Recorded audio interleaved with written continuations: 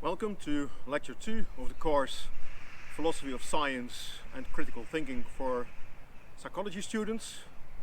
This lecture is about Francis Bacon, René Descartes and the British empiricists Locke, Berkeley and Hume.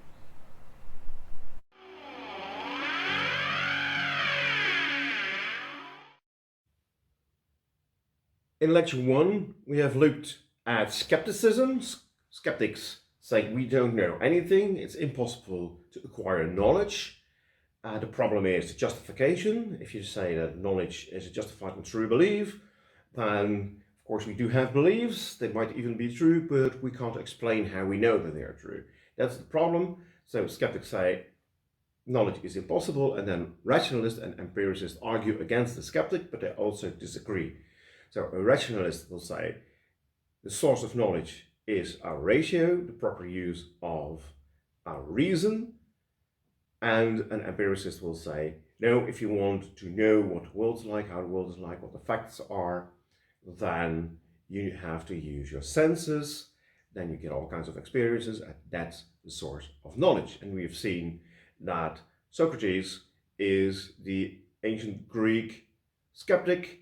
Plato is clearly the rationalist in that time. He's an extreme rationalist, you might say, because rationalists have this associated claim that there is innate knowledge, and Plato argues that all our knowledge, all our real proper knowledge, actually is innate. The empiricist that's usually discussed when we are discussing epistemology with respect to ancient Greece is Aristotle. Even though he uses observation as his main method of gaining knowledge about the world, and looks to be an empiricist, we also saw that he had a rationalist element in his epistemology. So he uses this intuitive induction, and that's basically not what a proper empiricist is allowed to use as a justification for knowledge, for their true beliefs.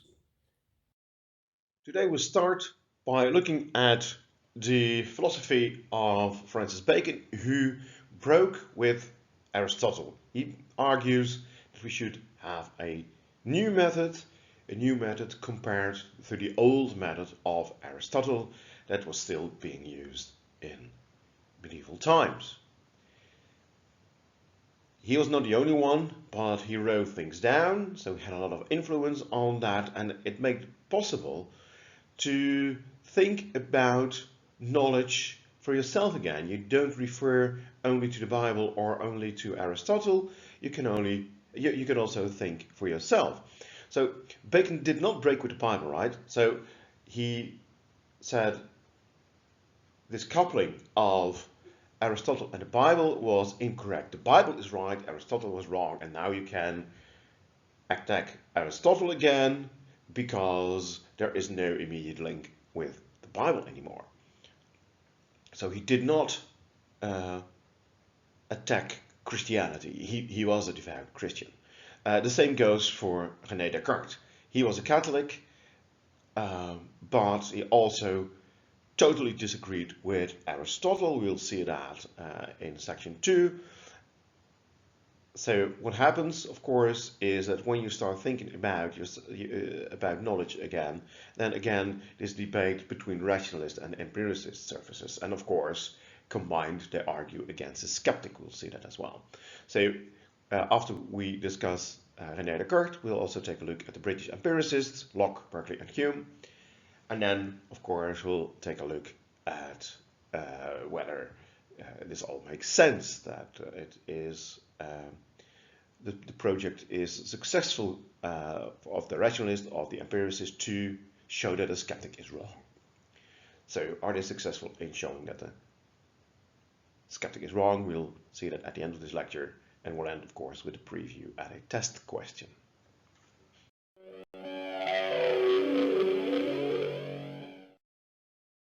We start today's lecture with the introduction of the ideas of Francis Bacon, who's Important because he was the one that argued that we should no longer listen to Aristotle. In our previous lecture, we saw that Aristotle wanted to have knowledge about nature, about natural ways. That means that if you, according to Aristotle, that means that if you manipulate the world, the natural world, you do not learn anything about the nature of things, but you learn something about the manipulation of things, and that's not what you was interested in. You were interested in. So, in the end, this boiled down to a ban on experiments. And of course, from our contemporary view, our contemporary perspective, that's really strange because now we know that experiments provide us with a lot of information, a lot of knowledge about the world, including the natural world. One of the philosophers arguing that we should be allowed to do experiments was Francis Bacon. So he questioned Aristotle, and to be sure, he did not question the Bible. We'll see that clearly in a moment. So we should use experiments in our new method. Bacon basically described this new method. Others, of course, were already doing it as well. So there was this new scientific method, we should say that it was the start of contemporary science, in which we should, for instance, he said, in this new method, we should abandon our epistemic prejudices. I'll look at it in a moment. We'll need to use the empirical method, and we need to use induction. And as you recall, Aristotle also used induction. So what's the problem here? What's the new thing here with respect to induction? Aristotle also argued if you see a lot of chairs, then you use induction to come to this concept of a chair, this universal concept, this general concept of a chair. The same goes when you see all kinds of human beings, some die, and then you use induction to infer that all human beings are mortal. What's the problem with that? If Bacon says, well, we need to use a new method, and this new method includes induction. Okay, well, let's take a look at it. Let's start with human beings, researchers. If you want to gain knowledge, then you have to abandon your epistemic prejudices. Bacon calls the epistemic prejudices also false conceptions. They are biases, we would say in our contemporary terminology. So he's talking about biases with respect to knowledge. He's not talking about prejudices that are sexual or racist prejudices. So he's talking about what we now would call biases, and he says, be aware of the biases. He calls them also idols. Be aware of the idols we have, because they stand in the way of acquiring knowledge. You might think you have acquired knowledge, but there are all kinds of biases that if you don't know about them, if you don't know that you yourself have all these biases, all these idols, all these false conceptions, then you might end up with, well, what Plato calls doxa, mere belief, mere opinion, and not knowledge. So we should be aware of our biases, our idols. And he says, well, I see several categories of idols. Idols of the tribe, idols of the cave, of the marketplace, and of the theater. And those are all different categories of idols, so different categories of biases. He didn't use the word bias, of course, but he used prejudices or idols or idola in Latin. So let's take a look at them and then see that even though there was no psychology, there was no science that had the name psychology back then, he basically says there is a role for psychologists in epistemology. If you want to acquire knowledge, you should take into account how the human mind works when we acquire knowledge and what the mistakes might be in acquiring knowledge. This will become a huge issue in this course. But let's now for a moment take a look at these 4 different categories of idols that Bacon distinguishes and give some examples, explain what they are and give some examples. First, there are the idols of the tribe, the idola tribus. And those are the biases we have because we're human beings. In tribe, you might think, well, it's a part of humanity, it's a subgroup of humanity, it's your tribe. No, it's the tribe of humans. So those are mistakes every human being makes. Those are biases we all have. Compare it to a visual illusion. For every human being that, well, of course you have to have eyes and a brain and stuff like that, so we're talking about a normal human being. So if you have a visual illusion, you might learn that it's a visual illusion. So you see a picture, static picture, but you have the experience that it's moving, but you pretty soon find out that it's a static picture, it's not a movie. But still, if you look at it, you still have this experience of movement. So it's really difficult to get rid of our idols. And a visual illusion is very simple one, and it could be that, well, just look at that and keep focusing on that, and then you'll see it's not moving, and then look at that and look at that and look at that, and you'll see nothing is moving, and then you know, it's an illusion that the picture is moving. So Bacon says one interesting thing is seeing order and regularity where there is none. So you could of course see order and regularity where there is. My guess is that Aristotle was right. All human beings are mortal. You have seen 10 human beings that were all mortal, and then you infer, you use induction and say, well, that is a regularity I have discovered in the world. All human beings are mortal, not just those 10. But you might do the same with all swans are white. I've seen 10 swans that were white, and then you conclude all swans are white. Well, are you sure about that? That's of course the induction problem. You are not. You can't be sure unless you have seen all the individuals of a set. If you have seen all the swans, well, that is impossible. You will not be able to see all the swans that will be born after you've died. So that will be impossible. So we have to infer to regularities, and you might infer that there's a regularity where there actually is none. Now, he also points at what we these days call confirmation bias. So he described basically what that existed, that we have the inclination, the disposition to accept confirming evidence and disregard falsifying evidence, that disconfirms what we believe. Also, and that's of course quite close to a visual illusion. We see the sun go down, but of course the sun doesn't go down. It's the Earth spinning around its axis, resulting in the illusion that the sun goes down, but it's the Earth turning. And he gives another example, and well, it is an example that goes for it's about a type of reasoning, not about the specific type of reasoning, because that would be this specific example would be about the next idol. But he says there are sailors that trust in the power of prayer. Why? Well, they were in a storm at sea. They prayed to God, please save us.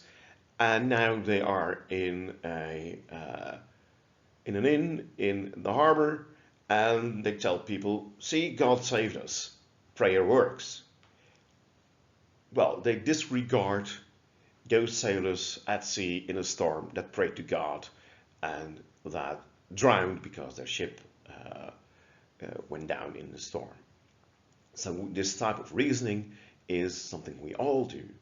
You see that something works and you disregard the evidence that shows that it doesn't always work. Okay, so that's the idol of the tribe. Then we have the idols of the cave, and then we look at subsets. Then we look at groups of people where the group is smaller than all of humanity. So it is about the epistemic prejudices we have because we belong to a particular cultural group, a subculture, you could say, or a subgroup. So there are people that say, well, in the past everything was better. Make America great again. In the past everything was better. It's a lot of crap now. Well, now it is, but let's make America great again. So, okay, so apparently there's nothing good. They all had to change. Everything Obama did was wrong. Okay, so if you like that, Bacon says you have you've fallen prey to an idol of the cave, extreme conservatism. On the opposite, saying that everything that is new is good. We see it in education. You get money if you have an innovative idea in education. Well, I can make a lot of innovations in education, but it would not be an improvement. And maybe teaching with an old-fashioned piece of chalk on a blackboard might work better than doing all things online. But if you accept that, if you have the idea that everything that's new is better than what we had, then you also fall prey to the idols of the cave. Then you belong to the subgroup that says, well, everything that's new is better. And of course, that is a subgroup because there are also these extreme conservatists. So Bacon says, well, just look at the world and see what's good, keep that, and what's bad, and improve that. So it's not all good or all bad. Both should be avoided, according to Bacon. And if you know that, so that's the idea, of course, he writes this down, because if you know what your biases are, what your idols are, what your epistemic prejudices are, then you can take them into account. So another example, an older example, but it is interesting, I think. This is about 20 years ago, not that long ago. So 20 years ago, you could ask students the question, how many of you do you think, how many of you the group students, do you think have a mobile phone? My guess is that these days, it's close to 100%. So this survey would make little sense. In 2000, not everybody did have a mobile phone. It was about 50%. And then what you see that happened was that those students that already had a mobile phone thought that the group of students that had a mobile phone was larger than it actually was, and the group that didn't have a mobile phone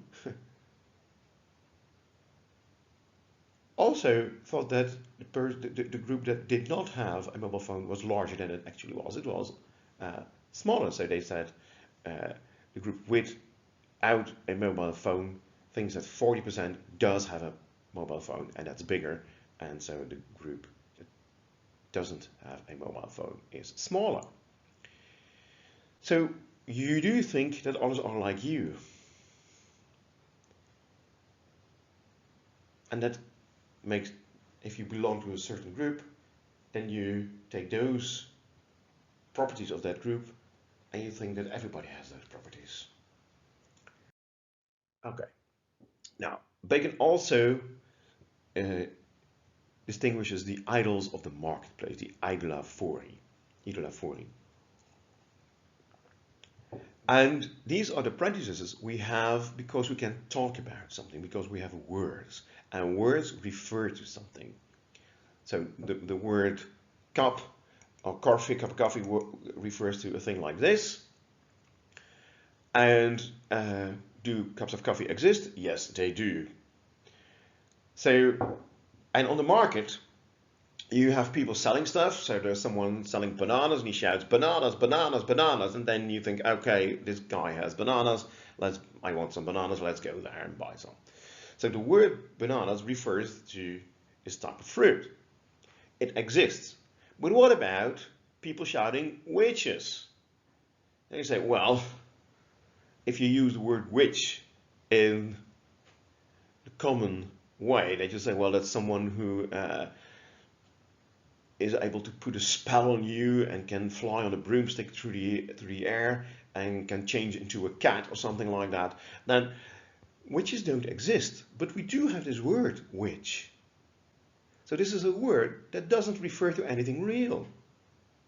But since we do have the word, people are inclined to think that it refers, because usually words refer. And that's the idol of the marketplace. So, which is one, élan vital, a life-giving principle. These days, if you look at a biology book, they don't open with the sentence, all living things have an élan vital in them. No, because now we know that élan vital doesn't refer to anything that's real. But there was a time we did think that. The element of fire, or coincidence, or luck. If you win the lottery, you have a lot of luck. Okay, what can I get that? Is it, can you give me 1 liter of luck or something like that? What is that? Now, it's just an event that's extremely unlikely, and if it happens, then we call that lucky. But there is no such thing as luck that you can have. I had luck and you had bad luck. I don't want bad luck here. It's my bad luck here for you. Bacon says these words seem to refer to something, and we talk about that. You say, well, you were really lucky. You had a lot of luck. No, I didn't. The word doesn't refer to anything real. So you might, if you think about gaining knowledge, about acquiring knowledge, you might sometimes think that something exists while there isn't. You might do research into witches. People have done that, but witches don't exist. And then it's dangerous, right? Because if you think they're witches, then you're going to accuse people of being witches, and then you might even kill them in a very horrible way, and then your idol of marketplace really has severe consequences, or at least the not recognizing that you have the idol of the marketplace. So Bacon was onto something. Biases are really important to recognize. Right. The last bias idol he distinguishes, the last category of epistemic prejudices, is the idols of the theater. And this is quite interesting because Bacon says, well, the idols of the theater basically is, you imagine a theater and there is someone, an authority, is telling you the way the world is. It's like a lecturer.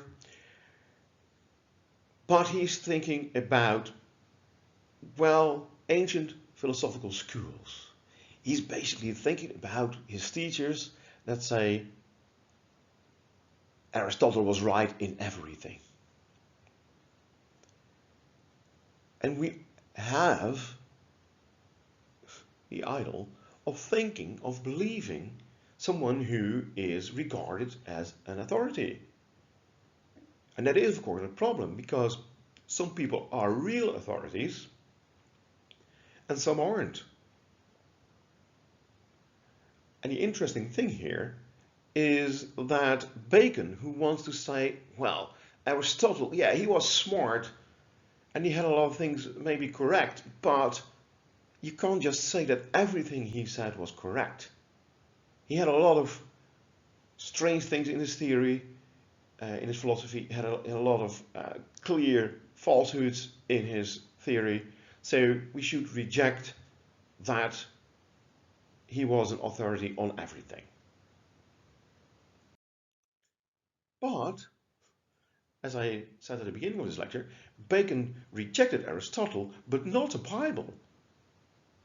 And the interesting thing is that you could, of course, also argue that what's in the Bible and when you believe what's in the Bible as a historical document, and Bacon seems to have done that, he seems to say, well, read the Bible and then you'll see that there was paradise on earth, there was Eden. And then, well, Adam and Eve did all kinds of things wrong, and then they got sent out of paradise. But in paradise, there was no sickness, there were no people that were ill. Everything was good.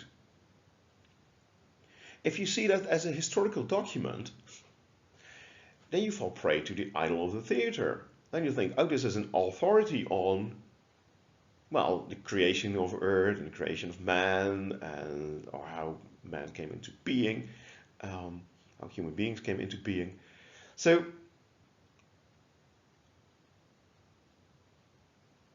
if you think that, then you fall prey to the idol of the theater. The interesting thing further is that Bacon wanted to use experiments to find out more about the world.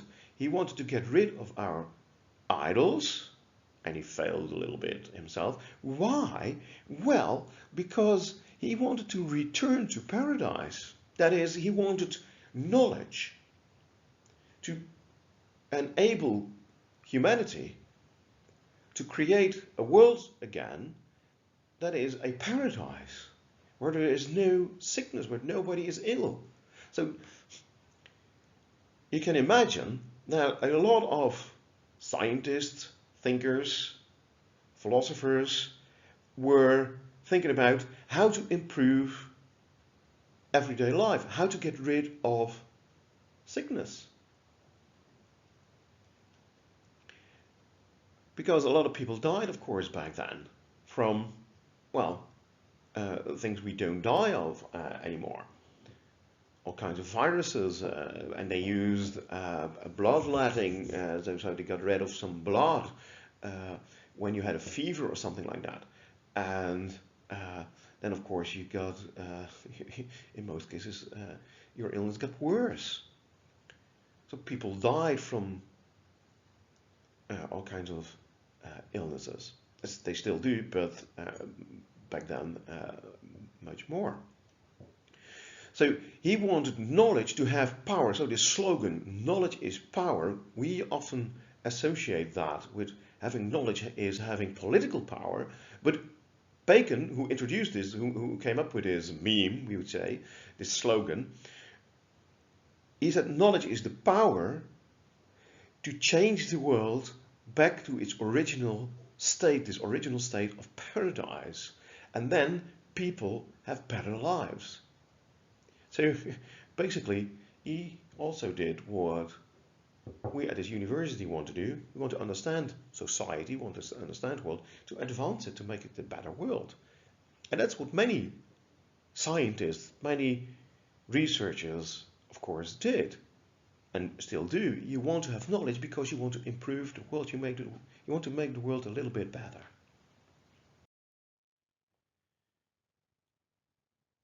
As a psychologist, you probably also want to do that. You want to do experiments, you want to do research, and then you want to gain knowledge about the world in order to make the world a little bit better.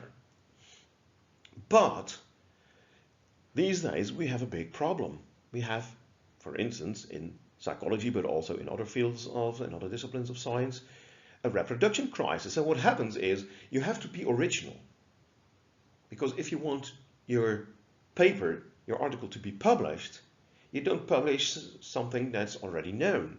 So you want to have a hypothesis that is original, but you also want to have confirmation for your hypothesis, because if you say, this is my hypothesis, and it's rejected, the evidence shows that it's false, then a journal might say, well, that's not very interesting. So you came up with a hypothesis and it turned out to be false. Well, go back home, go back to the university and come up with a hypothesis that you find positive evidence for. And then we might think about publishing it if it's original. So don't take a hypothesis that's also already been shown that there is positive evidence for. So that's a bad system, because uses the biases we have. It uses our confirmation bias we have. We're coming up with hypotheses, and what do? You stimulate scientists in finding confirmation for their hypothesis, and they already have a confirmation bias because they're a human being, and all human beings have confirmation bias. So that means that nobody is going to do, and you have to be original. So this combination means that nobody, or until recently, nobody was doing replication research. So you want to replicate the same results in order to be more sure of your conclusions, because you will always use induction. So you have a subset, you have a hypothesis, and you do research on a subset of the individuals of the entire group. In psychology, usually humans. So you do your research, you just have a small number of, usually also psychology students, you do your research with, your research on, and then you say, well, this goes for every human being. And then you go on to the next hypothesis, which you hope to confirm, because then you get published. So there is this crisis in the reproduction, so in the replication of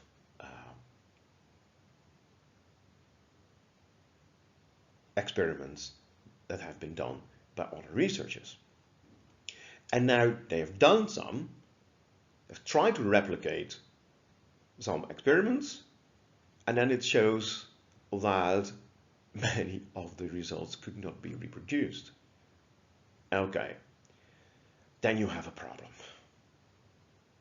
It seems that we have fallen prey to our epistemic prejudices, to our idols, as Bacon would say, in psychology and also in other sciences, but it's very clear at this moment in psychology. So that's an important example that shows that these idols are still relevant to scientists, and of course it's also relevant to psychology, because psychology is the science that discovers these biases. At least part of psychology is doing research into that domain of our biases. That means that psychology is actually really important for epistemology, philosophy of science, and all the sciences. We'll return to that in more detail in lecture 8. Then we'll discuss naturalized epistemology, which basically is a detailed version of what Bacon is saying here, with the explicit reference to psychology, and that then shows that we have to look at the relevance of psychology to knowledge acquisition in our contemporary times, and that's what we will do in lecture 9 through 15. Okay, so let's return to Bacon and his view on experiments. We saw in Aristotle that Aristotle didn't say you shouldn't do experiments, but his idea was if you want to gain knowledge about the world, you want to have knowledge about the natural world, so you shouldn't manipulate the world, because then you don't learn anything about the natural world. It's unnatural to throw a rock up in the air. If you do that and you want to learn something about that movement, then you learn something about an unnatural movement and not about the natural movement of a rock that gets loose from a cliff, for instance, and then makes it moves it in its natural way. So you can't have experiments in Aristotle, and one of the big things that Bacon defended in his new method was that you should do, or at least be allowed to, do experiments, because experiments do provide you with knowledge about nature, about the world. And if you don't do these experiments, because of some Aristotelian prejudice, because of the idol of the theater, that Aristotle was right in everything, well, then you miss out on a lot of information about the world. So, and he did experiments himself. So he did an experiment. He had the hypothesis that if you freeze meat, then it doesn't go bad that quickly. So, and then the story goes that he died doing this experiment. He had some chicken meat and he put it in the snow, and then he got pneumonia. And of course, you can't get that from just being in the cold. You can't get coronavirus from just being in the cold or something like that. So it doesn't work like that. So that story is probably incorrect. It's probably the result of another experiment he did. He used massive quantities of opium once a year because he thought that would prolong his life. So he was not an addict in the sense that he used opium every day or every week or whatever. No, there was a specific time of year, and then he says, well, I'm going to use a lot of opium for a couple of days, and that will prolong my life. Well, probably he took an overdoses or had all kinds of chemicals in his opium that killed him. Well, we know that using too much opium will not prolong your life. But you are allowed to do experiments, and these days that's part and parcel of the scientific method. And we owe that, amongst others, to Bacon. Of course, other scientists were already doing experiments as well. So he wrote things down that people that were breaking with Aristotle were already doing, right? So it's not all credits only to Francis Bacon, but he wrote it all down and he added the idols. So it's really an important philosopher / scientist. Now, one thing that we should discuss is that Bacon says we should use induction in science because, well, you can only gather data about specific individuals. You can only see that these human beings are mortal. Not that every human being is mortal, but you do want these general claims to make predictions about the next human being, about the next swan. You see 10 swans that are white, you infer using induction that all swans are white, and then you can predict that the next swan will be white as well.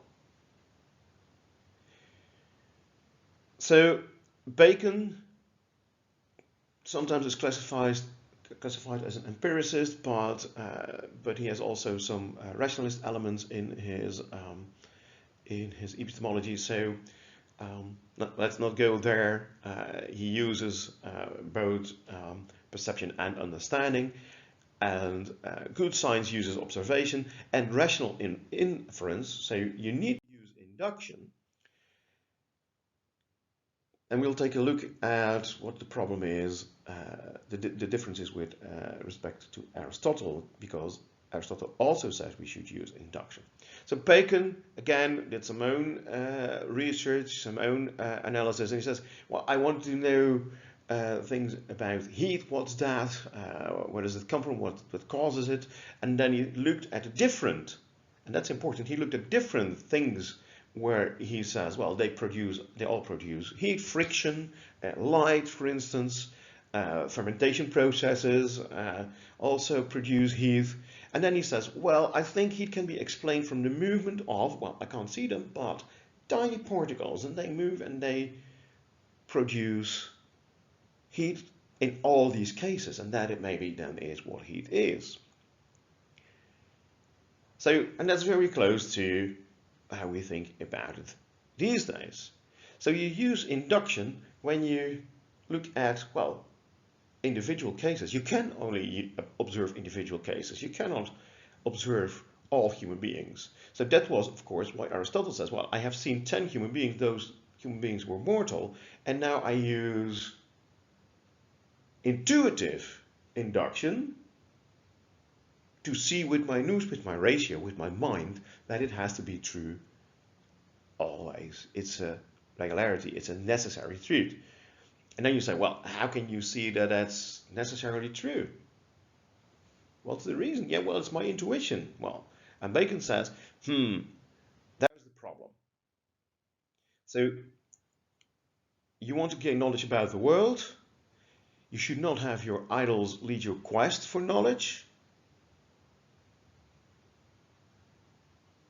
And the problem is, you see a regularity where there might not be regularity. So you could say, well, Aristotle probably is right. I have the intuition as well, but it's just an intuition that all human beings are mortal. But is he also right that all swans are white? So we have this kind of psychology that makes it hard to let go of our ways of reasoning, of our biases, we would say. And later we'll take a look at what explains that. Because biases, of course, also work up to a certain extent. Because probably it's true that all human beings are mortal. And then using that rule, all human beings are mortal, I am mortal, that would prevent you from doing stupid things that would kill you. So biases do work, but they don't always work. And that's what Bacon notices.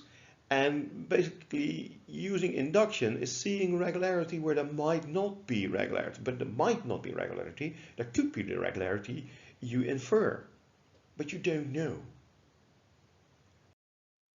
And that is the difference between Aristotle and Bacon. Aristotle was wrong according to Bacon. Why? Well, he didn't take the problem of induction seriously enough. So you should always, if you have found a regularity, a law based on some individuals, 10 human beings that were mortal, 10 swans that were white, you should always look for, well, the refutation of your general claim, the rejection, the falsification. So you should always look for the black swan. You should always go to another country and see whether all human beings are mortal there, or, well, whether humans die from the same causes there, or die in the same circumstances as they do here. And you should look whether there are black swans in other countries, for instance, or other areas. So Bacon looks for possible refutations of the general claim you get by using induction based on a subset of the individuals. Okay, so that's what Bacon basically said about Aristotle and induction. Aristotle wasn't critical enough. He should have thought about induction more critically. So, Bacon broke with Aristotle. That's very clear, and he warned us for our idols.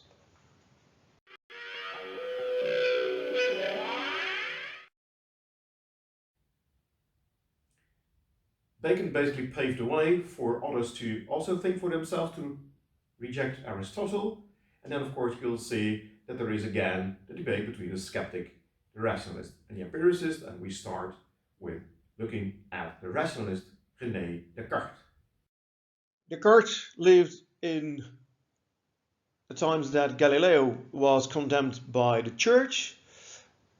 Descartes himself got also into trouble with both the Catholic and the Protestant church because he allegedly was an atheist, and well, he wasn't. He was honestly a Catholic, and I think he really believed in God. That also follows if you look at the letters he wrote to Elizabeth, the Princess of Bohemia, for instance. It's clear that he was a true Catholic. But he got into trouble with the Catholic Church and the Protestant Church for being an atheist and for attacking Aristotle. He totally disagreed with Aristotle. So in the end, well, quite early, he already went to the Netherlands, and he lived most of his adult life here, and he also wrote most of his books thus in the Netherlands. So he was a rationalist.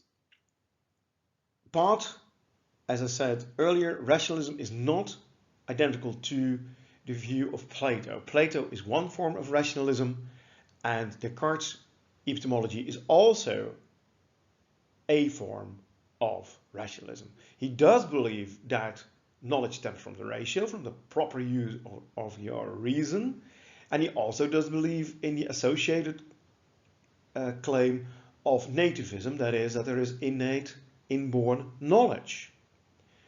Now, Descartes also was concerned with this idea of certain knowledge. He does have all kinds of beliefs. So he goes back in his life, he has all kinds of beliefs. That means he has mental states which he thinks represent the world the way the world is.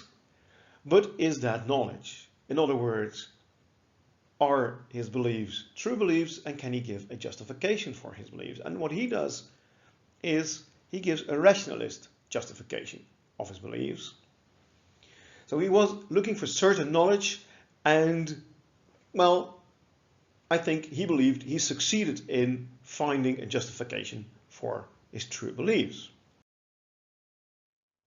So what are you absolutely sure of? Well, prior to having a justification, you should say, well, anything I can doubt, I'm not sure of.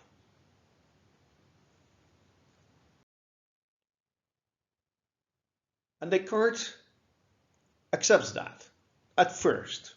So he responds to the skeptics that can doubt everything. And in this case, the skeptic is Michel de Montaigne. And he didn't even claim, I know nothing. Because if you claim not to know anything, then you're making a knowledge claim. It seems that that's true, and that you know that that's true. So you say, I can doubt everything, and therefore I'm justified in believing that I do not know anything, I know nothing, and that means that you do know something. So he goes a step further, and he doesn't make a claim. He doesn't even make the claim, I know nothing. He says, que sais-je? What do I know? So he asks a question. And in his question is, well, his entire skepticism. It contains his entire skepticism, even up to the point that he doesn't want to make this one claim that he doesn't know anything. So, and a question, of course, is not true or false. It's just a question. So he doesn't make a knowledge claim at all. Now, he had this idea of having a belief, and that you can give arguments in favor of that belief, and you put that, as it were, on a scale, on a balance, and then you have arguments against that belief, and you put them also on the balance. And he says, on the scale, and he says this scale is always in balance, because you can always find a new argument in favor or against some belief, and you're trying to use these arguments to justify your belief, but it's just as easy to justify the belief to the contrary. So what do I know? I have arguments in favor and against any belief.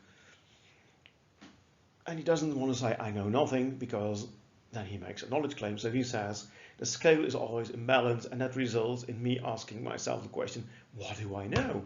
Which beliefs do I know they are true? Do I have a justification for that they are true? Well, basically none. So doubting everything, doubting every belief, is the method of the skeptic. I can doubt whether there is, doubt there is a physical world. Okay, I can do that.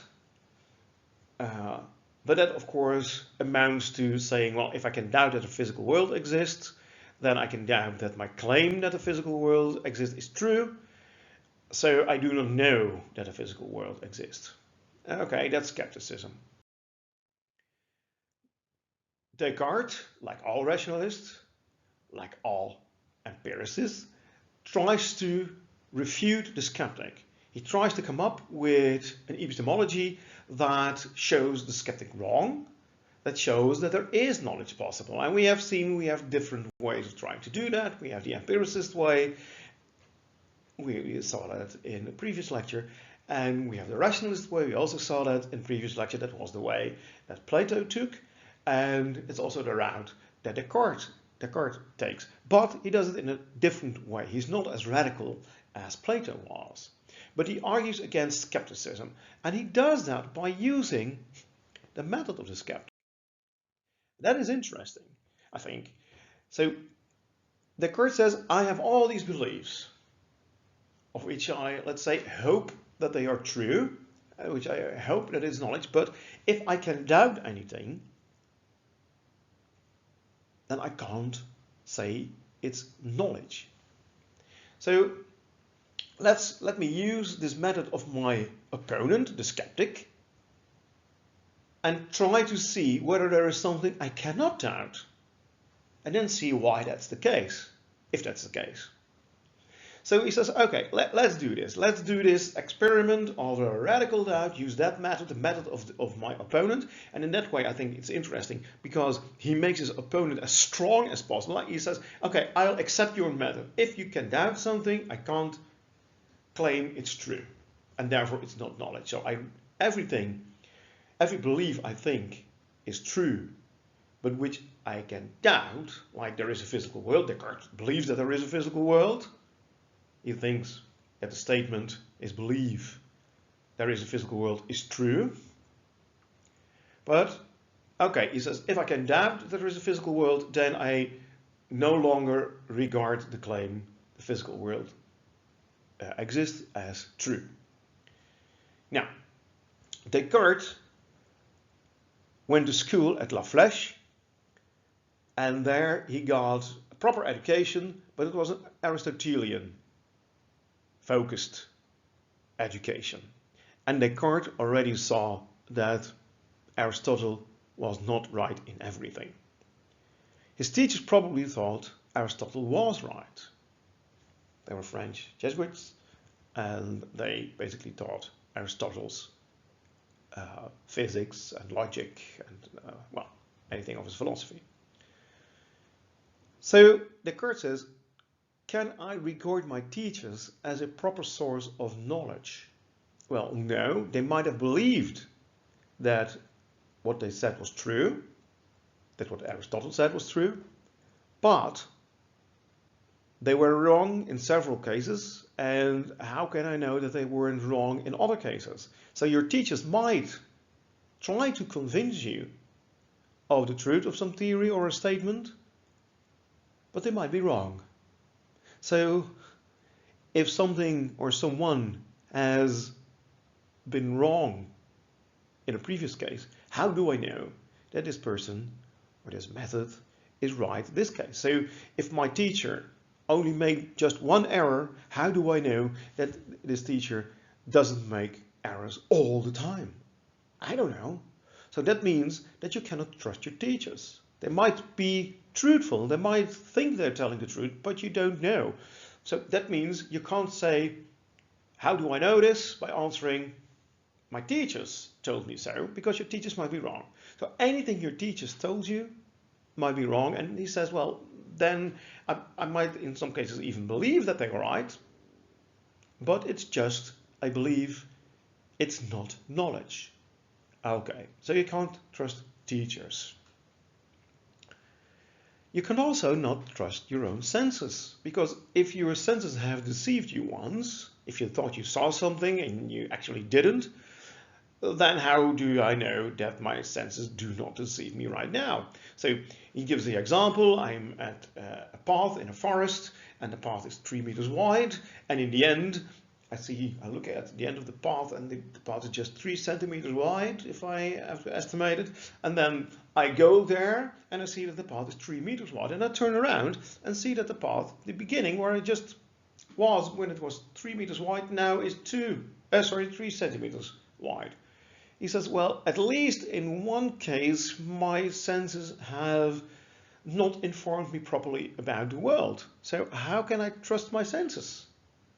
So any belief that results from using your senses is a belief that, well, it might be true, but you don't know. You can't use your senses to justify your belief. So all those beliefs are just beliefs, are not knowledge. So here you see that he argues against empiricism. He's not an empiricist. He says, I don't use my senses as the source of knowledge.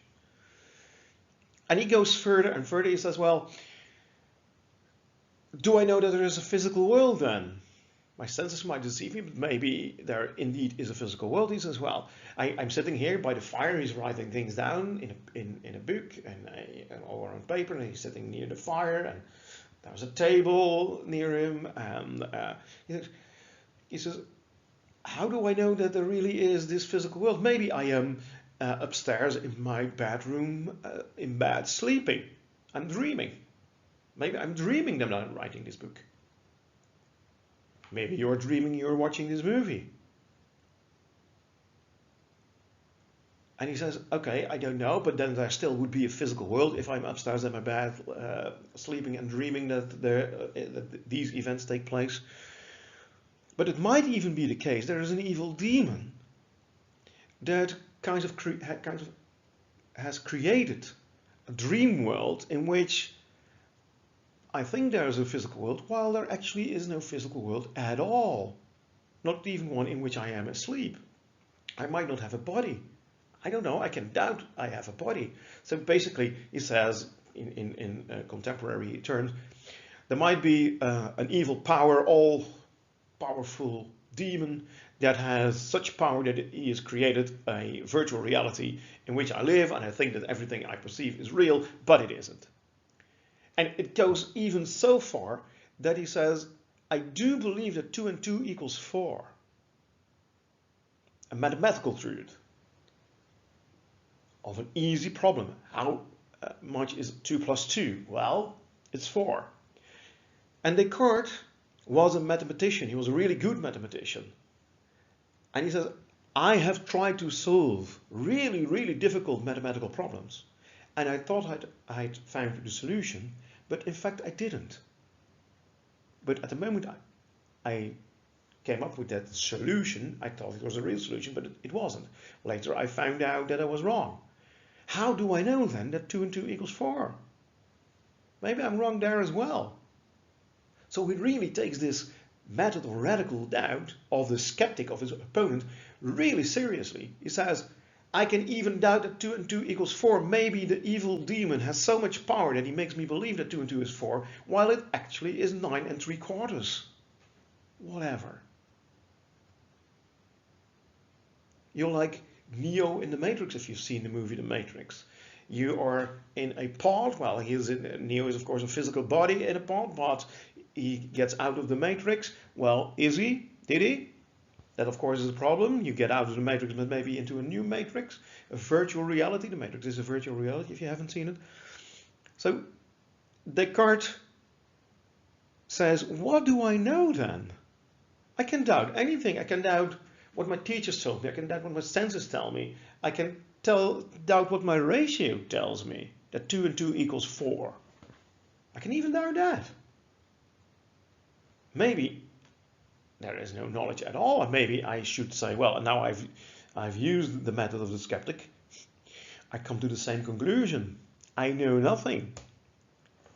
And then he says, no. That's not my conclusion. He says, if there would be such a hypothetical evil demon, this evil demon could never make me believe that I do not exist. He could never make me doubt my own existence, or to believe that I exist. Because if I doubt my existence, then I would think I do not exist. And then he says, well, in order to think, I do not exist. In order to think, you have to exist. And that's his first truth. The cogito ergo sum. I think, therefore I am. I think I am has to be true each time he's thinking that. That's his first truth. So he says, I cannot doubt it. I cannot doubt my own existence. For if I doubt my own existence, I have to exist. Even if 3 is the case. Even if there is an evil demon, a malagenie, that creates a virtual reality in which I believe I have a physical body, but I actually don't have a physical body. Even if there's no physical world, if that's true, if the claim there is no physical world is true, even if that's true, I don't think that's true, but even if that's true, I cannot doubt my own existence. So Descartes asks his readers to perform this thought experiment of the radical doubt and this scenario with the evil demon. He invites the reader to perform this thought experiment themselves. So he asks you, do this meditation, do this thinking about knowledge. Can you trust your teachers? Do you agree with me that you cannot trust your teachers when it comes to providing you with absolute certain knowledge? And if you say, well, yeah, I have had teachers that were wrong, well, then you basically have to agree. So if you're a skeptic and reading this, you have to agree that I cannot trust my teachers. Oh yeah, but I'm a skeptic. That's what I was saying all along. You can't trust your teachers. You can't trust your own senses. You can't trust your ratio. You can't trust anything. There is no knowledge possible. And then Descartes says, but if you, the reader, if you doubt your own existence, then you have to exist. So the conclusion, cogito ergo sum, is a conclusion that each reader themselves should infer. It's not that Descartes says, I know I am René Descartes and I exist and you now know that I exist as well. No, you know that you exist. So you cannot doubt it. You cannot doubt your own existence. And that's his first truth. Absolute truth. That's his first piece of knowledge. And now you see that he has a model of science, of knowledge, that starts with a foundation. You have a foundation, and we'll see later that empiricists also have this same metaphor. You have a foundation, and on that foundation you build your building of knowledge. And if your foundation is rotten, then it will collapse and your building will collapse. But now, Descartes is this foundation. He says, I know for 100% sure, I am sure about it, I'm certain that I think I exist has to be true every time I think this. And now we see that he changes from his first method, the method of radical doubt, which actually is the method of his opponent, the skeptic. He changes to the second method. The second method is a rationalist method. Then it's the method of the clear and distinct perception, the clear and distinct insight. Because he asks the question, how do I know with absolute certainty that I think I am has to be true each time I think this? And he says, I see this clearly, it's not confused, and distinctly, it's separated from all other things. It's clearly and distinctly that I perceive this. There is no confusion. It's a rationalistic insight. So he says, I see this clearly and distinctly. And therefore I know that I think that the sentence, the belief, I think therefore I am, has to be true each time I think this. And this second method of the clear and distinct insight, that helps him to get rid of the evil demon, of the malagenie. Because the problem now is, he knows he exists, you know you exist, but there is, in this hypothetical scenario, there is this evil demon that makes you believe that 2 and 2 equals 4, while it actually is 9 3/4. The evil demon makes you believe that you have a physical body, but you don't, you only have a mind. He makes you believe that there is a physical world, but there is no physical world. So these are all false beliefs. In principle, possibly. So what Descartes needs to do, if he wants to have more knowledge than just I think therefore I am, he has to get rid of the evil demon. And well, when I explain this to students, the evil demon, they all go along and nobody says, well, that's really stupid, the evil demon, and why, and I don't believe this. Sure, you see that it's a method. And now, of course, what he's going to do is something that usually is something students have a lot of criticism about. So he's going to replace the evil demon with, well, you might have guessed, a good demon. One that doesn't deceive you in thinking that 2 and 2 equals 4. One that doesn't deceive you when you think that there is a physical world, because there actually is a physical world. And of course, that's God. And Descartes says, I clearly and distinctly see that God has to exist and that he is good. So why does he say that he clearly and distinctly sees that God is good and that God exists? Well, it says God has to exist because I find in myself this concept of God. And in this concept of God is the notion of absolute perfection. There is nothing more perfect than God. That's what the concept of God says. And then Descartes says, he gives several proofs for the existence of God, but this is one of them. He says, I myself am not perfect.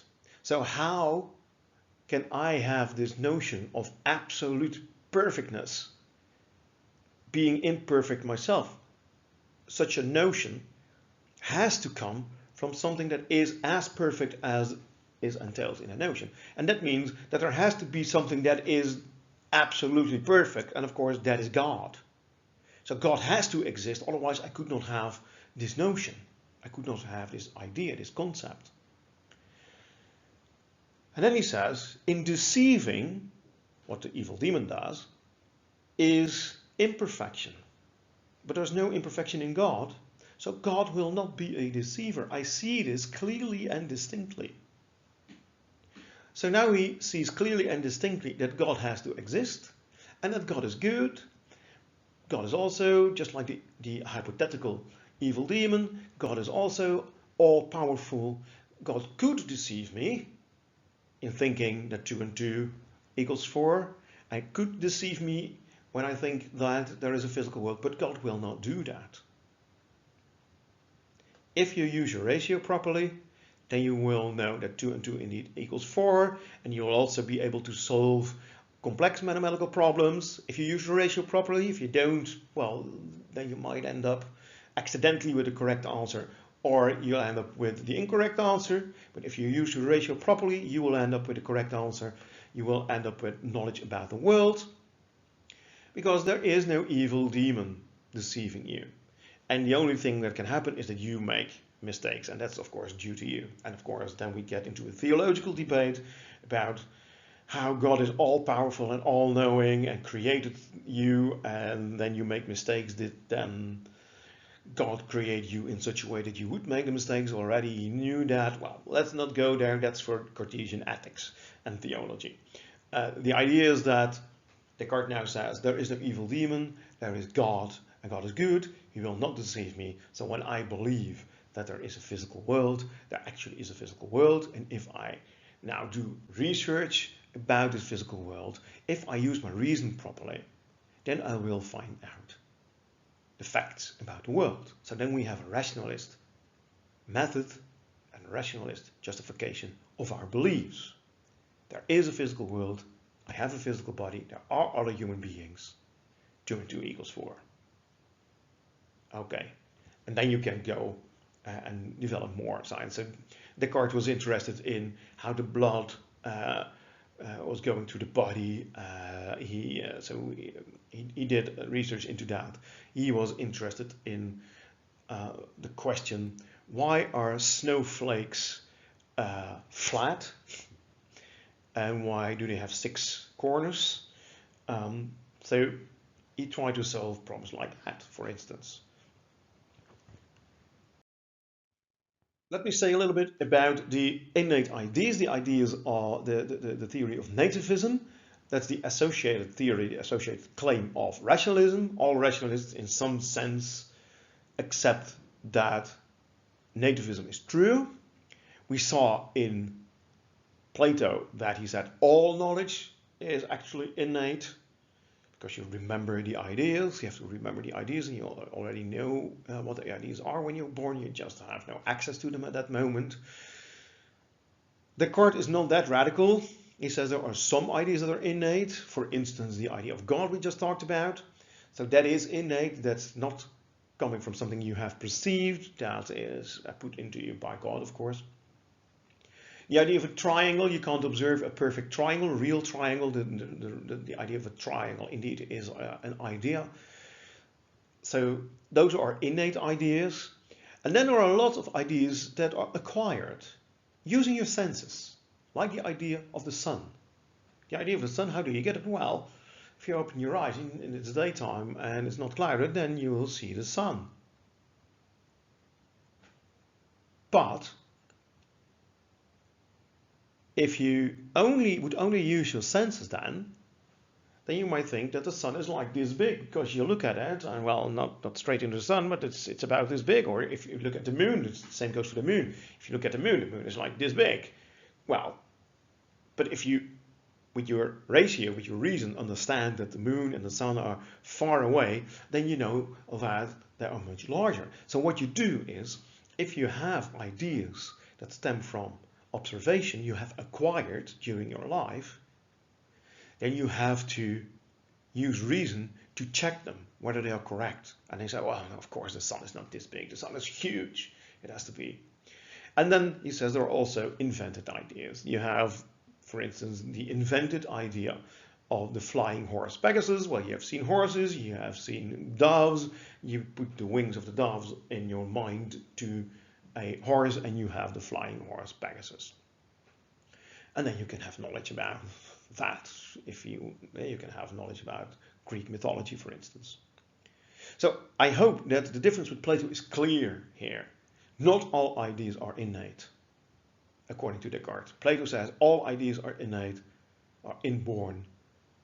Descartes says just some of them are inborn, and all the others we have to check with our reason, making Descartes still a rationalist. And of course, his method for the clear and distinct insight, that's clearly not a theory about observation, but about using your ratio, your reason properly. So that's a big difference between Plato and Descartes. So if I ask on the exam a question about rationalism in general, please don't assume that either of them is rationalism. Either of those epistemologies is rationalism in general. In general, it's just ratio is the reason. Ratio is the source of knowledge. Reason is the source of knowledge, and the associated idea that knowledge, at least some knowledge, is inborn.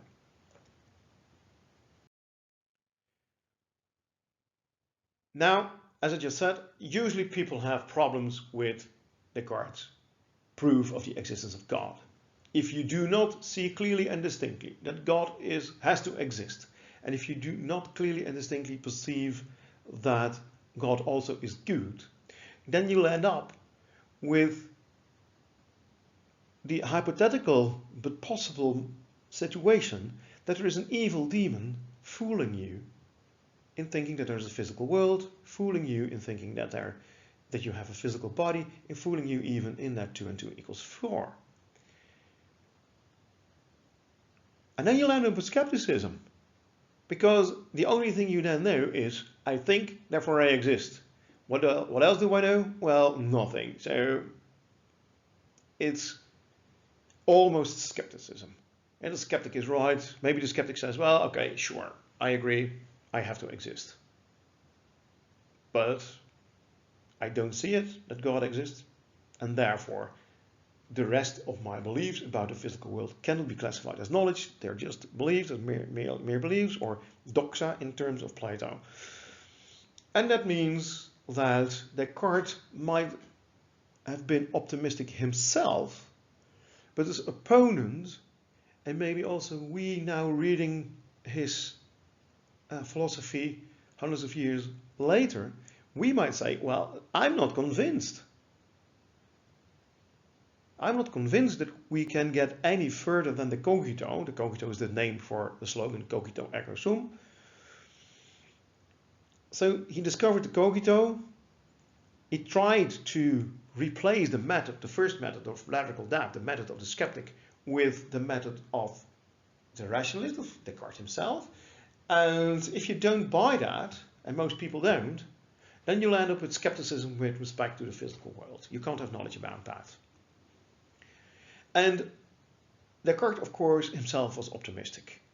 But if we evaluate it, we have to say, we don't accept your argument for the existence of God, because you could easily say, well, this argument is based on the notion of perfection not coming from an imperfect being. Well, but you could also say, well, I'm imperfect. I use the negation of imperfect, which is not imperfect, which is perfect. Well, that might be a way of getting to the concept of perfectness. And that does not imply then that there is something that is as perfect as you have postulated, if that is implied in the concept of perfectness. That's just one way of arguing, and Descartes, of course, could argue against that. He did, as a matter of fact. And there are many ways of attacking his different proofs for the existence of God. And even if you believe in God, you probably will not buy his proof. So then you'll end up with skepticism. And then we should do something else if we want to refute the skeptic. Let me mention one more thing why people were quite optimistic about gaining knowledge, and that is the discoveries made by Newton. Descartes developed mathematics, ideas about the physical world. One of his ideas was that the physical world was a kind of a clock. It's a big mechanism which you can then make predictions about. Newton discovered all kinds of laws about this mechanistic universe. And that means that both Descartes and Newton had this idea of this mechanistic world, mechanistic universe, and Newton discovered these laws and they worked very well. So he predicted all kinds of events in the world, and the predictions came true. They were successful. So then you can say, well, maybe we don't have a justification for our beliefs, but we still think we have discovered true things about the world. We still think that it's knowledge. And that, of course, is what a belief is. You believe that it's true. So you can also say, in some practical sense, it looks like the skeptic has been defeated. You have, and you have, of course, if you do believe in God, you might say, well, maybe I don't buy Descartes' proof for the existence of God, but clearly Descartes is right that there is no evil demon but a good God, and therefore there is a physical world, and therefore we can get knowledge about it, and therefore if predictions are successful the way that the predictions of Newton were, that is knowledge. So we can understand that philosophers, scientists, were pretty optimistic about gaining knowledge about the world. It worked. The discoveries of Newton, they worked in predicting the world.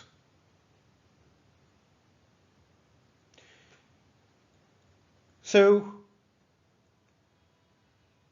it might not have worked from our perspective. It did seem to work from the perspective of Descartes, but of course not everybody agreed with Descartes.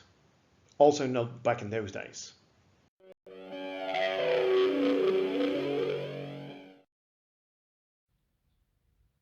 Descartes thus thought that he could actually acquire justified true beliefs, knowledge, but if you reject his proof of the existence of God, then you land up with skepticism. The question is, of course, then whether the empiricists, the contemporary empiricists of Descartes, whether that they did it any better. The empiricists we will discuss are the British empiricists, John Locke, George Berkeley, and David Hume. And we'll start with the first, also the historically first, of those three British empiricists, John Locke. John Locke rejects the idea of inborn ideas, so he rejects nativism, and that's an important argument. He gives an argument for that, and that's an important argument to reject rationalism. We have seen rationalists accept nativism, the idea that at least some ideas are inborn, and then he formulates the empiricist principle. So where we saw in lecture 1 that Aristotle usually is presented as an empiricist, but never actually said himself that he was, Locke clearly says, I am an empiricist. Then we can look at the ideas, knowledge, concepts. So Locke says, I'm an empiricist. Knowledge comes from the experience we have when we use our senses. That results in knowledge, that results in ideas about the world. Then he classifies those ideas. We'll take a look at that. And we have to look at the distinction he makes between ideas and qualities. We have to look at what qualities are. And that takes us to the next empiricist, George Berkeley, because he differs with respect to the qualities in his epistemology when we compare it to John Locke's epistemology. So let's start by John Locke's rejection of inborn ideas. If empiricism is true, there cannot be any inborn ideas. Because if there are innate, inborn ideas, if nativism is true, then there is knowledge that you did not acquire using your senses. And empiricists say all knowledge stems from our senses, the use of our senses. Now, how does John Locke refute the theory of innate ideas? Well, he looks at the ideas, the innate ideas of the Cartesians. So in England, where John Locke lived, Descartes was huge. He was really famous. He already died, but Locke had read Descartes. Descartes had a lot of fans. There were a lot of Cartesians in England, and they claimed that besides the idea of God, for instance, the ideas of that what is, it is impossible to be and not to be at the same time, and all kinds of moral principles are inborn. Locke focuses on these, and he says, well, I'm going to show you that those are not inborn ideas. The idea, the argument, I should say, of the rationalist that these ideas are inborn goes as follows. You'll find these ideas in every human being. So that's one, you'll find them in everyone. And two, there's only one explanation for why they are found in every human being, and that is they are inborn. You're born with this knowledge. That what is. It's impossible to be and not to be at the same time, and all kinds of moral principles. And Locke basically attacks both elements here. He says, firstly, universal principles, that is, principles you find in all human beings. So let's suppose it's true that that what is, that is a universal principle, you'll find it in everyone. It could also be explained in another way. It could be explained in a way that you say, well, if you ask someone, do you agree that that what is, and this person says yes, then this person already possesses language, right? How can you find out that someone believes that what is without asking? And then it means, well, if you can ask, this person already has acquired language, what's not to say that this person also has acquired, and that we all do that, if you acquire knowledge, if you acquire language, that you also acquire this universal principle, or this principle that what is. And then it would be something that you've learned, that you were not born with. So that's one way. He says it's not the only explanation of universal principles that they are inborn.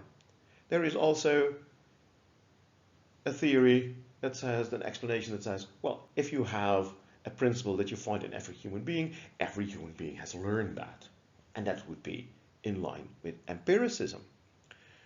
And the second argument he provides against the argument of the rationalists in favor of these inborn ideas is, well, you're trying to explain something that does not need explanation because it doesn't exist.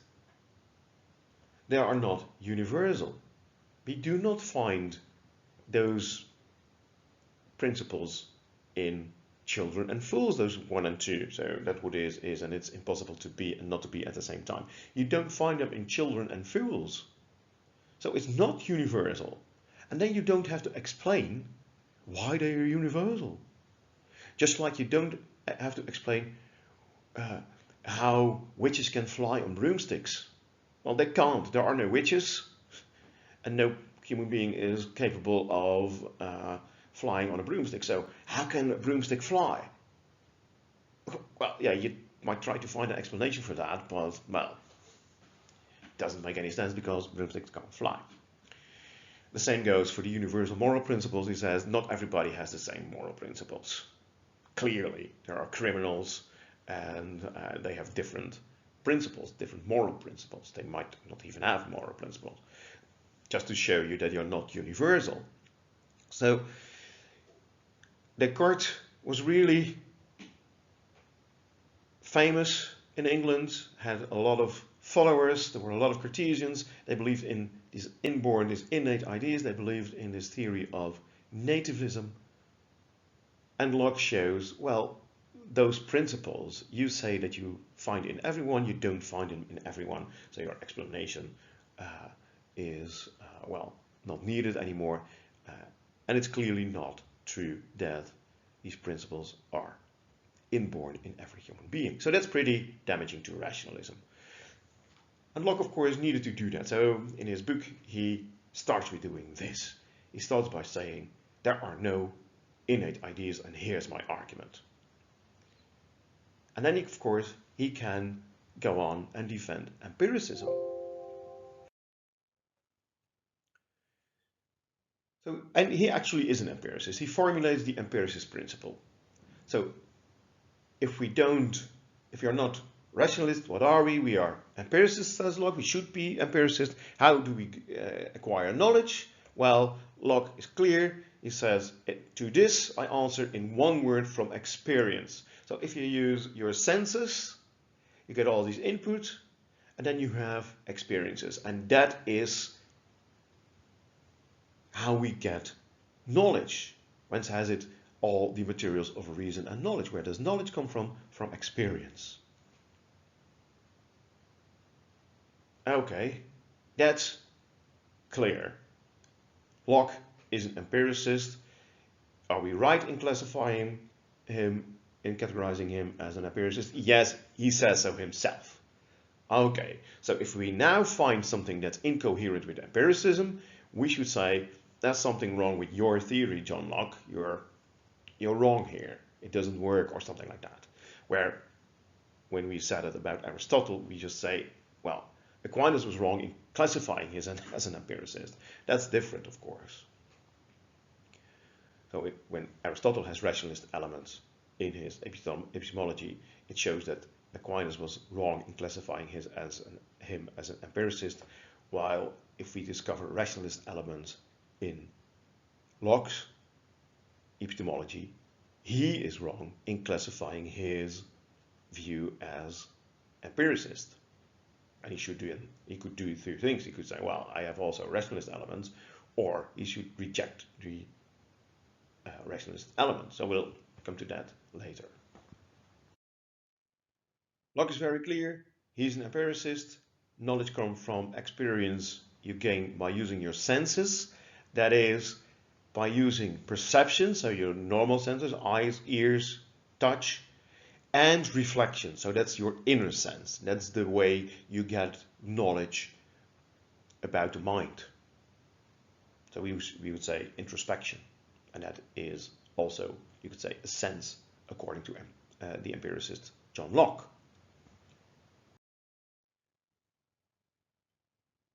So we gain knowledge, we gain ideas about the world by using our senses and our inner sense, reflection. And now Locke classifies the different ideas. And he says there are simple ideas and complex ideas. And a simple idea is an idea you cannot divide into components anymore, while a complex idea consists of different components, of different simple ideas. So you have ideas of one sense, for instance. Color, the color yellow is, well, it's a simple idea. So you can't split it. You can't say, well, the idea of yellow consists of the combination of the following 5 ideas or the following 2 ideas. I don't know which they would be. It's just yellow. It's just one thing. You can't divide it. Same with sweetness. Sweetness consists of, well, just sweetness. So it's a simple idea, and sweetness is an idea we have by using one sense, taste. Yellow is an idea of a color we have acquired by using just one sense, vision. Okay, no problem there. If you're an empiricist, you can have knowledge about simple ideas of one sense.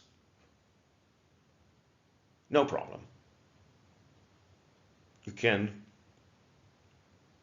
track back how you got the idea of yellow by using your senses. Okay, and that's what an empiricist says. How do I know about yellow? Because I used my eyes. And then I got this experience, and that resulted then in my concept, my notion, my idea was the word back then, of yellow.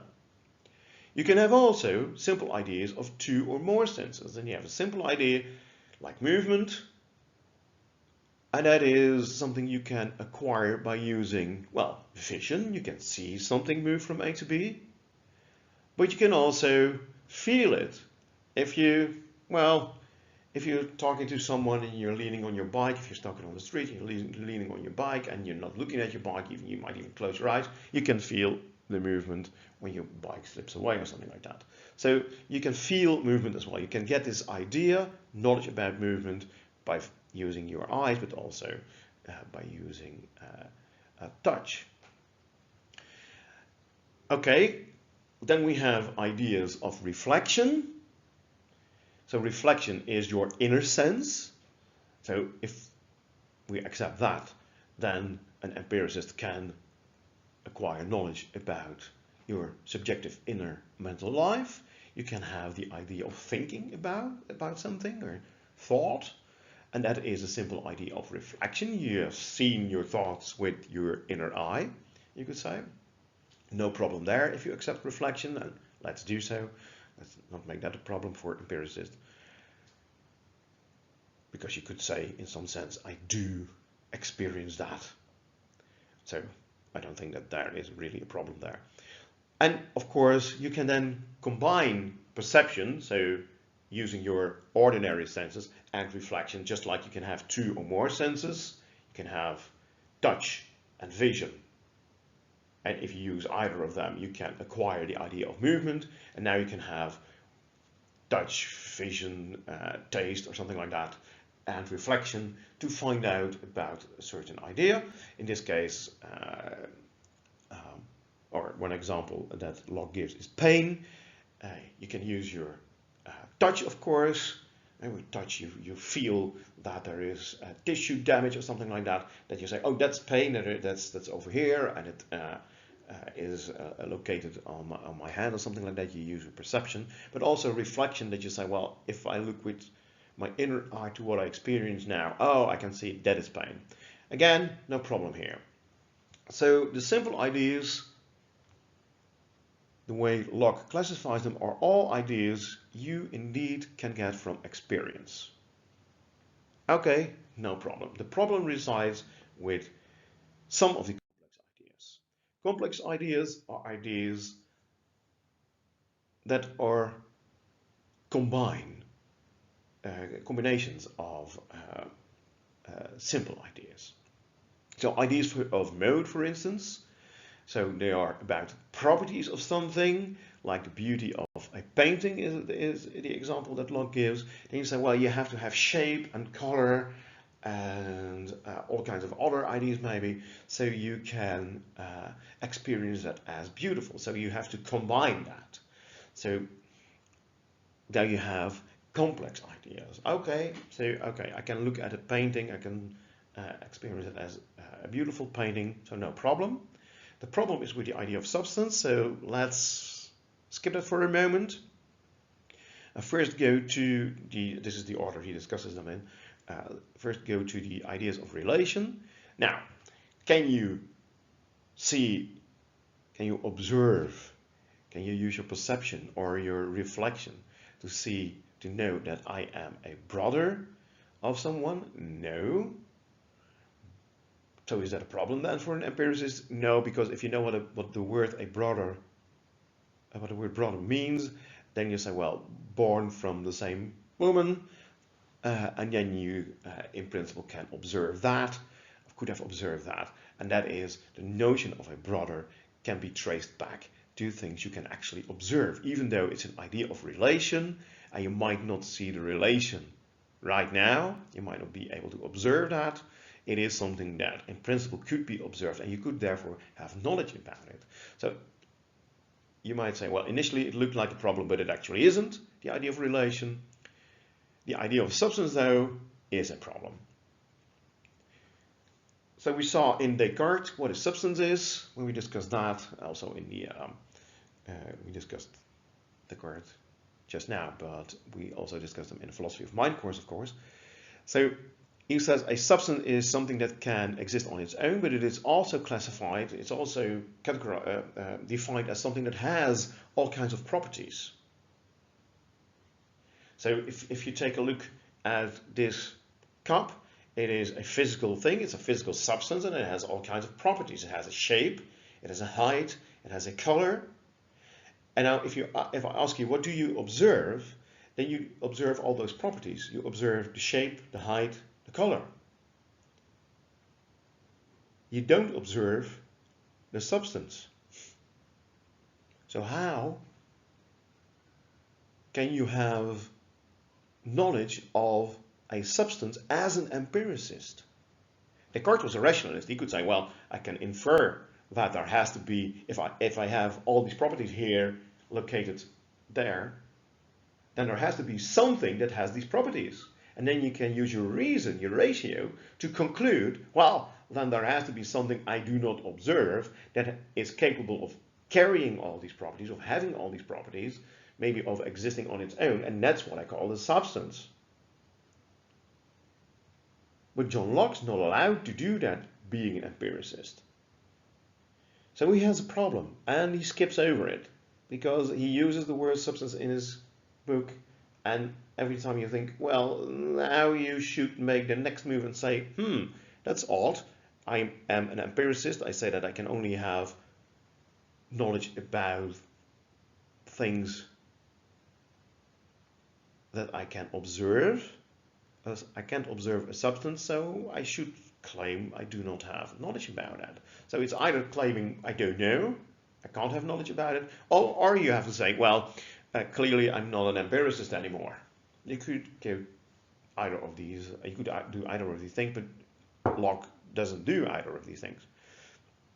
So there is the problem of substance for an empiricist. If you say, I have knowledge of substances, I have this idea of substance, you can't trace it back to any experience, to any observation or reflection, to any perception or reflection. You can't do that. So that's a problem for John Locke's epistemology, his empiricist epistemology. Okay, so let's go to another element of his epistemology, knowing that this is already a problem. So if you look at a cup, for instance, you observe all these properties, and then the question is, okay, can we classify these properties? Can we say something more about that? And then it's important that John Locke says, well, these properties that we observe leave all kinds of ideas in us, and that there are different types of properties. There are primary properties, or qualities as we call them. Those are the properties that exist on their own, that means independent of an observer. And there are secondary qualities, that are properties that exist because there is a perceiver, that is someone that observes the cup. The cup is white, with red and black, so these colors, for instance, those are secondary qualities. They exist because we observe them. They don't exist independently of us.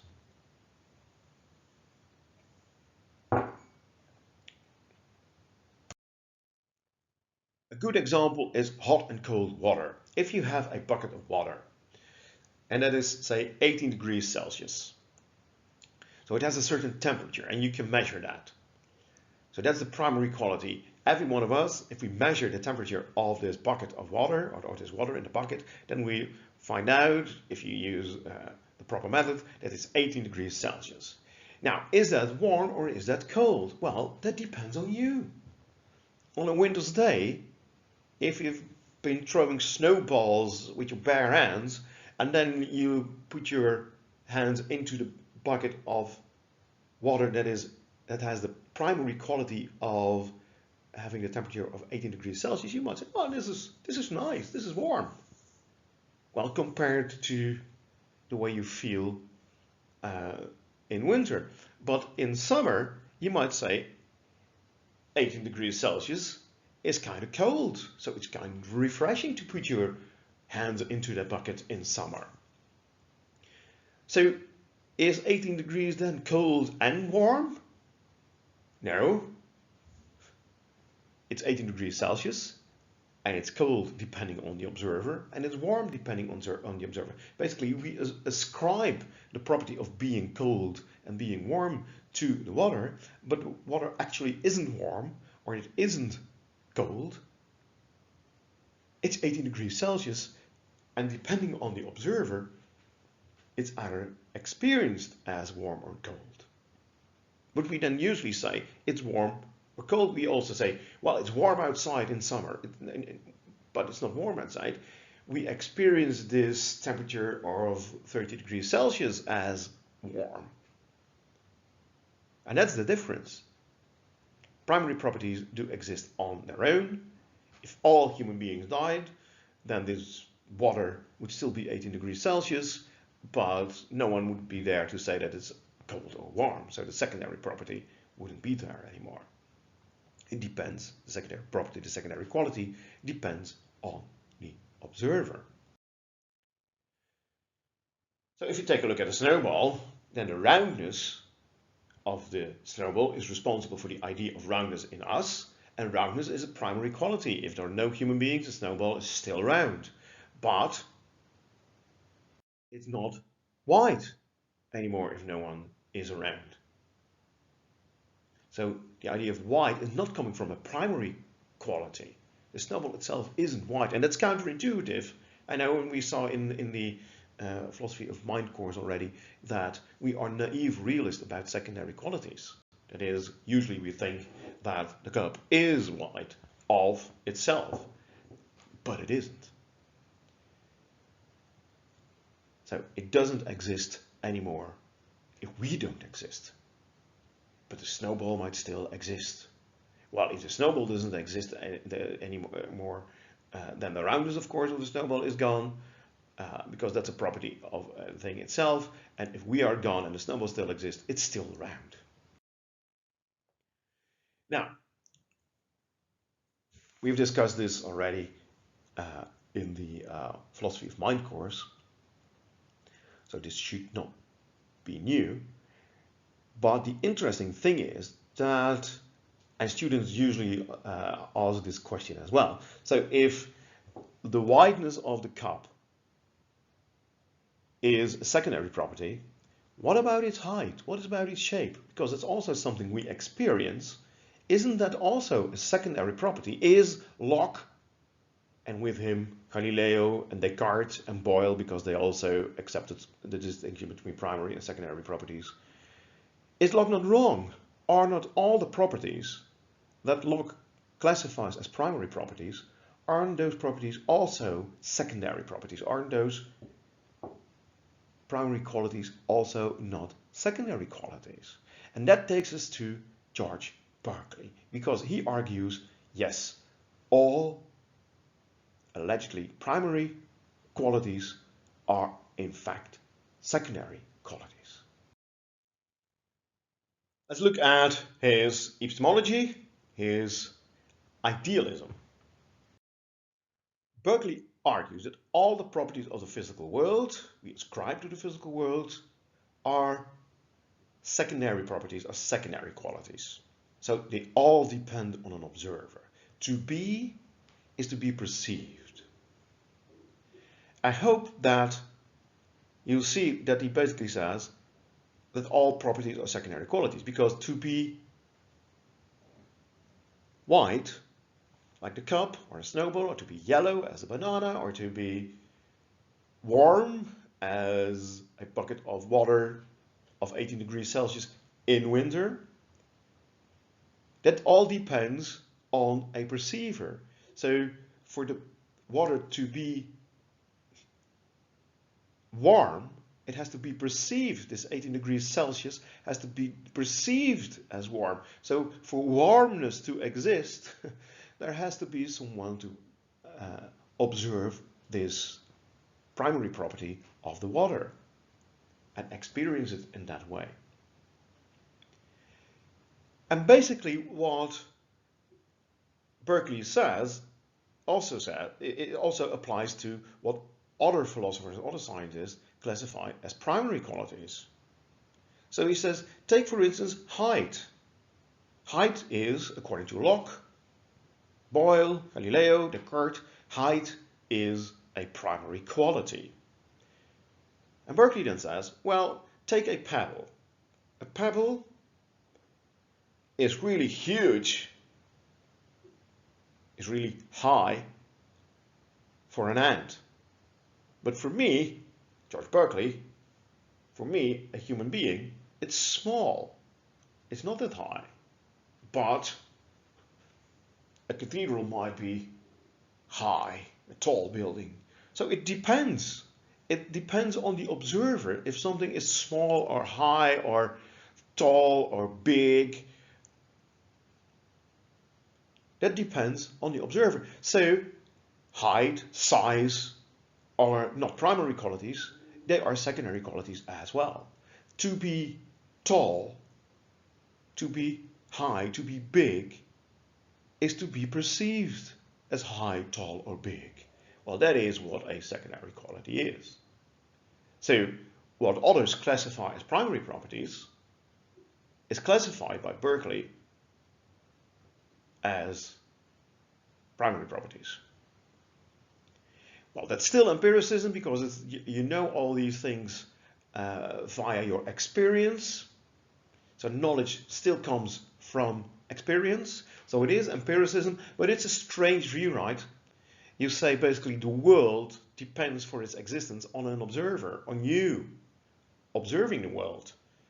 I think that is strange. But it's not a denial. I hope you'll see that. It's not a denial of physical reality. Physical reality exists because it's being observed. So it does exist, but it doesn't exist on its own. In Cartesian terms, it's not a substance. There is no physical substance. Now, what would happen to my cup of coffee if I don't look or taste it?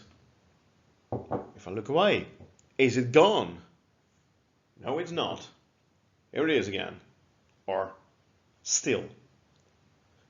That means that even though I didn't look and there's no one else here, don't see anyone, it was being observed all the time. Because if to be is to be perceived, to exist is to be perceived, and the cup exists, and it keeps existing even if I am not perceiving it, then there has to be a perceiver that basically perceives everything that human beings or ants or butterflies do not observe, perceive. There must be an all-observing observer or something like that. So basically that's God, the Christian God, because Berkeley, of course, was a Christian. He was a bishop. And that for him is the proof of the existence of God. Because my cup of coffee doesn't disappear when I don't look at it. God has to exist. That's basically his argument.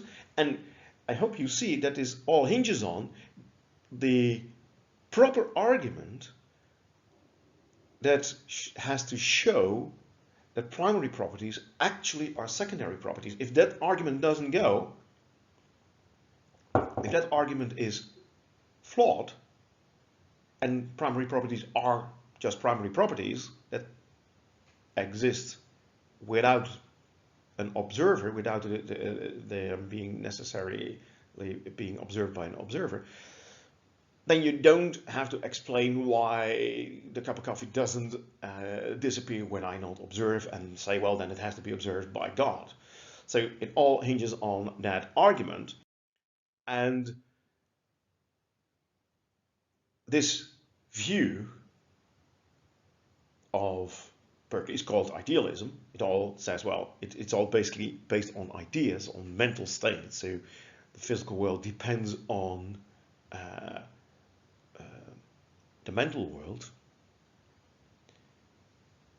This idea, well, it is indeed, well, you can't, at least not in the way Berkeley does it. Maybe there is another way, but not in this way. Because the problem is that Berkeley did not reason properly, so idealism can't be defended in this way. The problem is he makes a primary property into a secondary property, but that doesn't make the primary property go away. If you say the cup is, say that this is 10 centimeters and it's a small object for a human being, but a large object for an ant, then small and large indeed could be classified as secondary properties. Because that depends on an observer. You could do that. But that it's 10 centimeters high, that's the primary property. Just like 18 degrees Celsius is the primary property of the water in our example, and that's being perceived as warm or hot, depending on the observer, depending on the perceiver. So there is something that is being perceived as warm or cold, and there is something that's being perceived as being tall or small. But that something that's being perceived is the primary property. And of course, you can always say it's tall and it's small, or it's large, or it's big, or it's tiny, but that doesn't take away that it has objective dimensions. And those are the primary properties. Those are the primary qualities. So, usually, if we're talking about British empiricists, you say, okay, it's Locke, Berkeley, and Hume. They're all always mentioned together. But usually people think that Berkeley is really counterintuitive, while Hume and Locke say things that are very similar and are very common sense. We all already saw in the lecture about Aristotle that empiricism is a very common sense epistemology. If you want to know what the world is like, what the facts of the world is, you use your senses, you have to observe. And since Bacon, we are allowed to do experiments again. That's pretty common sense, I think. But we already have seen that Locke has some problems with his epistemology, and now Berkeley is usually discussed because he was very influential in his times, but these days, of course, there are not many idealists anymore. because of, well, the problems we just mentioned. You have to have an argument to basically convince others that the world essentially is mental, that the physical world depends on the mental world, and we these days clearly have the idea that it's the other way around. When we call that supervenience, mind-body supervenience, and not body-mind supervenience. So the mind supervenes on the body, on the physical world, and not the other way around. That's at least our contemporary view. The last of the three British empiricists is David Hume. He is a very honest empiricist, and we'll see that that amounts to the conclusion that empiricism doesn't work.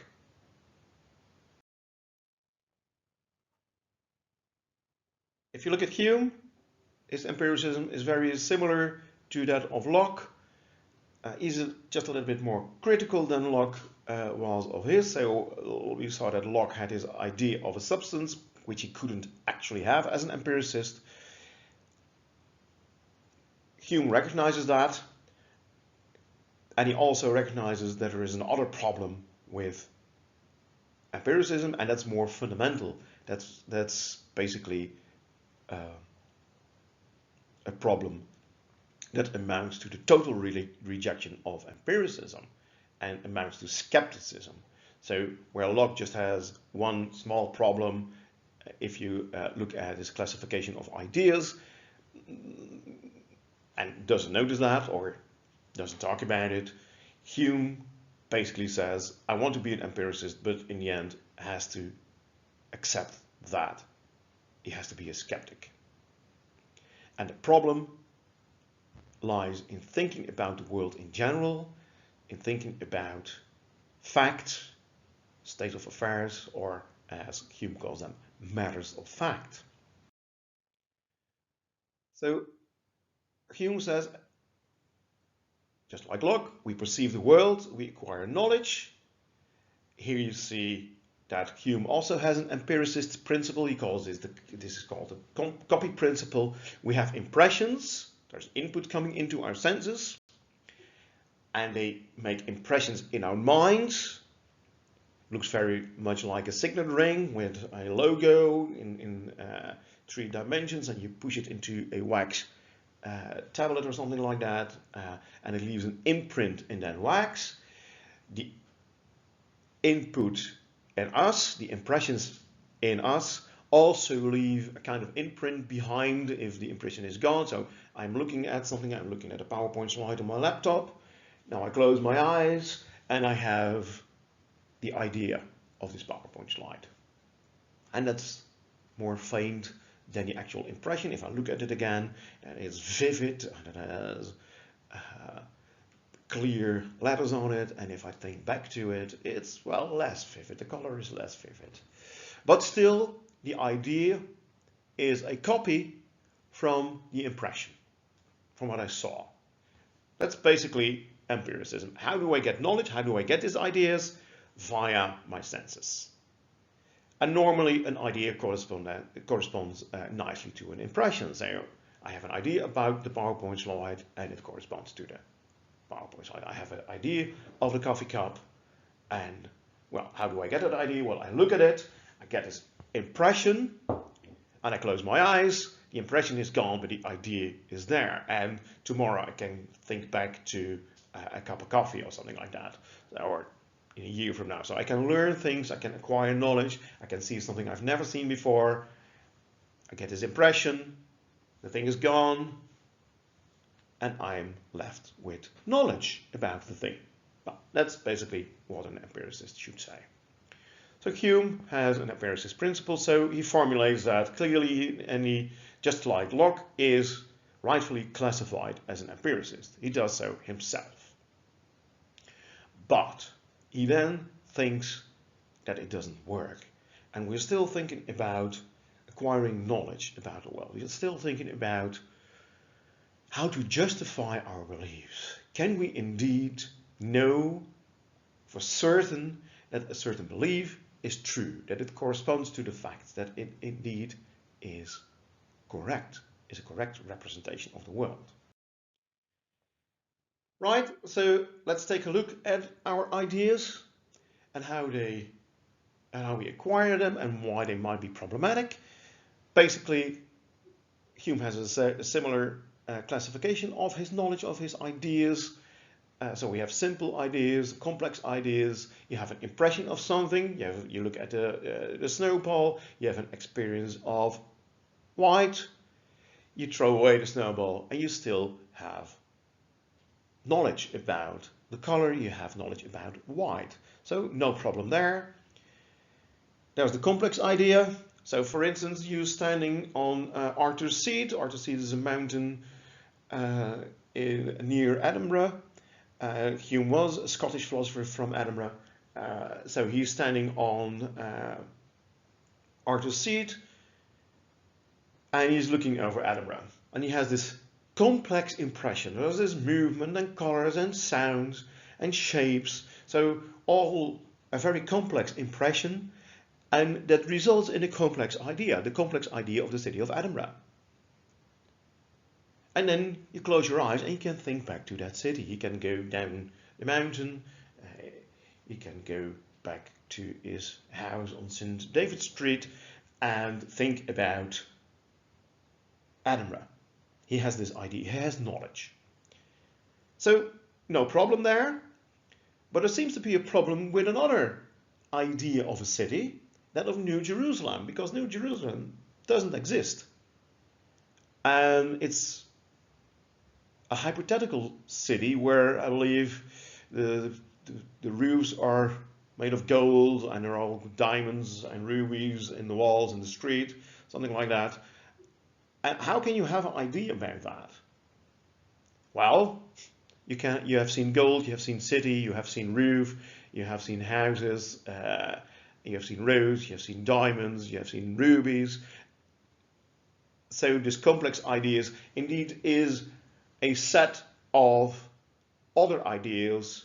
Many of them are simple ideas. So the solution is you can reduce this complex idea to simple ideas that correspond to previous experiences, to previous impressions. So there is no problem at all. Okay, so that's not a problem. So what is a problem? This is all quite difficult, so I've made a knowledge clip about this as well. So Hume, an empiricist, claims that we can only have knowledge from experience. Our ideas derive from experience we have. If we think about the world, if we try to gain knowledge, or if we gain knowledge about the world, we gain knowledge about the matters of fact. So the facts are all of reality. So the facts constitute reality. The reality is all of the facts together. So if we think about these matters of fact, as Hume called it, we always do that by using implicitly or explicitly the term, the notion, the idea of causality. So if you say the spark caused the explosion, okay, that's very clear that we need knowledge of causality. Because if you can't have knowledge about causality, you can also not know that the spark caused the explosion. But this goes for any knowledge claim, Hume says. If I think, if I look at the world, if I look at my cup of coffee, then I look at it, light falls on it, it reflects on it. So even looking at something and knowing that I see a cup of coffee requires that I know about the causal relations in the world.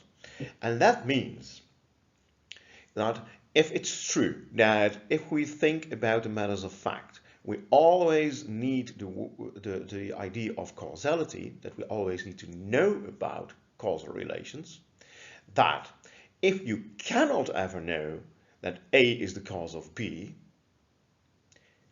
then you need to conclude that we cannot have knowledge at all.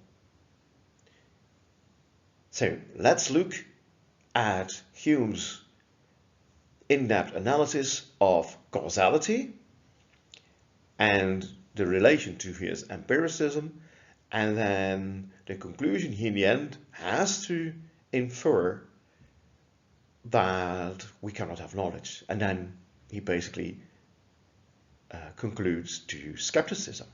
So let's see how that works. So he says, if we think about the world, we think about the facts, the matters of fact, the events happening in the world as causes and effects. And you can give all kinds of examples. I think he's right. So if we can't have knowledge about causality, then we can't have knowledge about anything in the world. And that's basically the claim of the skeptic. Now, let's look at causality. Hume says, when do we classify event A as the cause of event B? And the example he uses is that of two billiard balls colliding. The first one collides with the second. That's event A. And event B is the rolling away of the second billiard ball. That is something we classify as cause and effect. When do we classify this and other events, A and B, as cause and effect? Well, that has to be three elements that have to be satisfied, three requirements that have to be satisfied, three things that have to be the case. So when do we say that event A is the cause of B? Well, event A has to come prior to B. So there is this element of priority. A has to occur before B. So if the collision of the two billiard balls occurs before the rolling away of the second billiard ball, then this requirement is met. If there's first the rolling away of the second billiard ball and then one collides with that, then this movement, this rolling of the second billiard ball, is not caused by the later collision of a billiard ball against it. Then we don't say that's cause and effect. That might be a new cause for a new effect, and again rolling away of the second billiard ball, but that's not the right order. The right order is event A can only be classified as the cause of event B if it occurs prior to B. And that is something you can perceive. So an empiricist can have knowledge of the event A, the collision of the billiard balls, occurring prior to event B, the rolling away of the second billiard ball. Okay, so no problem there. Then there is contiguity. So that's with a G, that's not a typo. That is contiguity of event A and B, and that means that event A and B have to be located near each other in time and space. So if we have a billiard ball colliding with the second one, the first one with the second billiard ball, and the second one rolls away, well, that is indeed near each other in space, event A and event B, and also in time. Immediately after the collision, the second billiard ball rolls away. So if we have a collision of two billiard balls in Amsterdam and in New York there's a billiard ball rolling away, we don't say that the collision of the two billiard balls in Amsterdam is the cause of another billiard ball rolling away in New York, because, well, this requirement of contiguity is not satisfied. They're not located near enough. And the same goes for the location in time. So, of course, the first requirement, priority, should be met, and then you take a look at, well, how quickly does the effect occur after the occurrence of the collision. So there's the collision, and then immediately after that, the second billiard ball rolls away. Then you say, okay, this requirement is met. If you have the collision, and then 2 years later, the second billiard ball rolls away, then we say, no, that's not cause and effect. There's something strange going on. What it is, I don't know, but the rolling away of the second billiard ball is not caused by the collision of the first one against it. So again, this is something you can perceive, you can observe in a bar where you go and play some pool or billiards. You can see that when two billiard balls collide, then that the second billiard ball rolls away there and then. So no problem for an empiricist to have knowledge about contiguity of event A and B. The problem is in the necessity of the event B, the event B occurring after event A. So event B necessarily follows event A. It could not have been otherwise. It could not have been a coincidence. So take another example. Take a tall building and a fly landing on top of the building. So that's event A. The landing of the fly on top of a tall building. Event B is the tall building crumbling down. It's destroyed. Well, the destruction of the tall building is not caused by the fly. Even though the fly lands on the tall building prior to it being demolished, it also is near each other. The two events are near each other in time and space, but it's a coincidence. It's probably being demolished by some people blowing it up or something like that. So it is a coincidence, two events occurring that are not causally related. So the events should be necessarily related. And that, of course, is a problem, because have you ever seen a necessary relation, or tasted it, or observed it in any way? And that, of course, is a problem. So if causality is the way we think about the world, is the way we think about the facts, and it has these three elements, then the third one cannot be observed by us. And then, being an empiricist, claiming that you can only have knowledge about things you can observe, you can have knowledge about the necessary relationship between event A and B, even though they might be necessarily related, of course, but you cannot have knowledge about it. And that means that you cannot have knowledge about causal relations in the world. You cannot know anything about the matters of fact, because you always need to know the causal relations, and you can't have knowledge about causal relations because you can't have knowledge about the necessary relationship of event A and B that is part of the concept of causality. That means you can't have knowledge about the facts. That means you can't have knowledge about the world, which amounts to skepticism. So Hume wants to be an empiricist. He says we think about the world in terms of cause and effect, and we can have knowledge about that. So, bummer, I need to be a skeptic. Wait a minute, maybe there's a way out. Maybe I can have knowledge after all. So he comes up with an attempt to save knowledge, and this makes psychology relevant for his epistemology, just like it was, or well, on a par with how that was the case in Bacon. We saw in Bacon that we see regularity where there might not be regularity, but that is what we do. That is the way our mind works, and we should be aware that that is inductive reasoning, and that that is not a valid way of reasoning, and that your conclusion might be wrong if you use induction.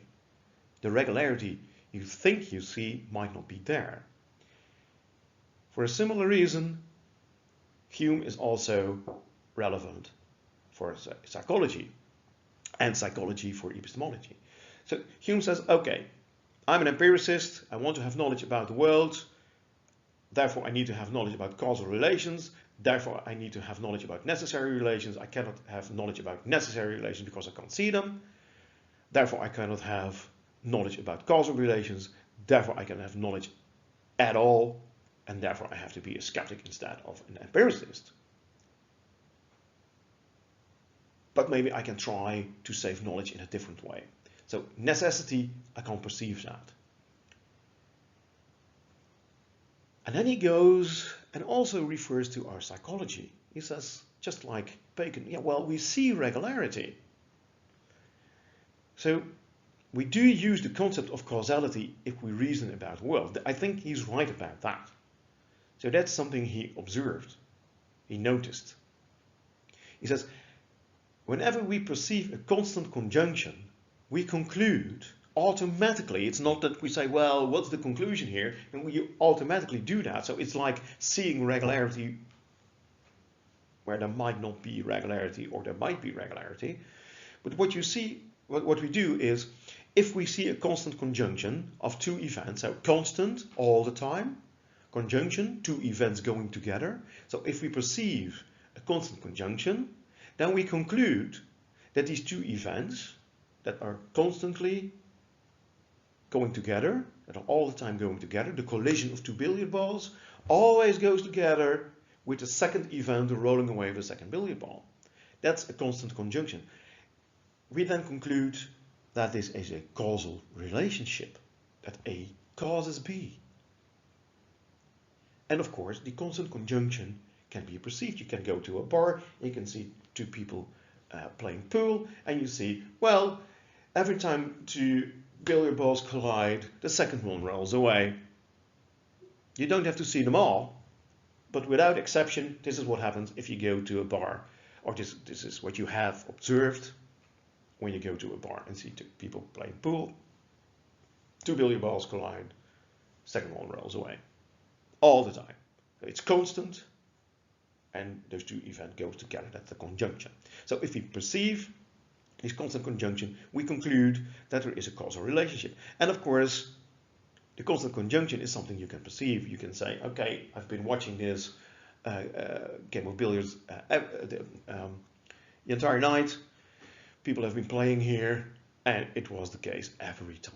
There was constant conjunction of event A with event B, event A being the collision of two billiard balls, event B being the rolling away of the second billiard ball. So, do we now know that event A caused B, that the collision causes the rolling away of the second billiard ball? And Hume says himself, he sees that this doesn't work, because it's a form of inductive reasoning. If you say, this is the cause of that, this event A is the cause of B, then you say, well, it's a necessary relationship. It will always be the case. It's a law. It's a causality requires necessity, and that means that this regularity is not something that happened by accident. It's not a coincidence. It's something that had to occur, and therefore it will also occur in the future.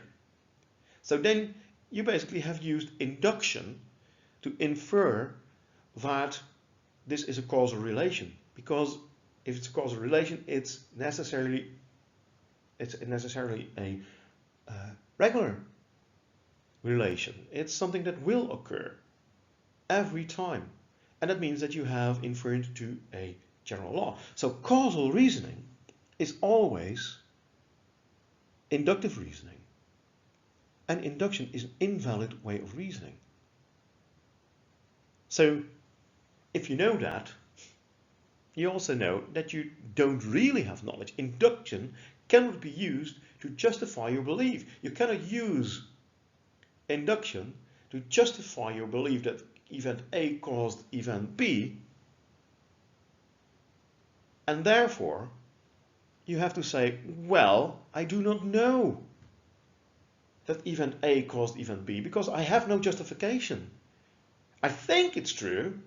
I have to believe that the collision caused the second billiard ball to roll, but it's mere opinion. I think it's true, but I have no justification. I cannot explain to you that you have to accept this. I cannot explain that indeed it's necessarily the case.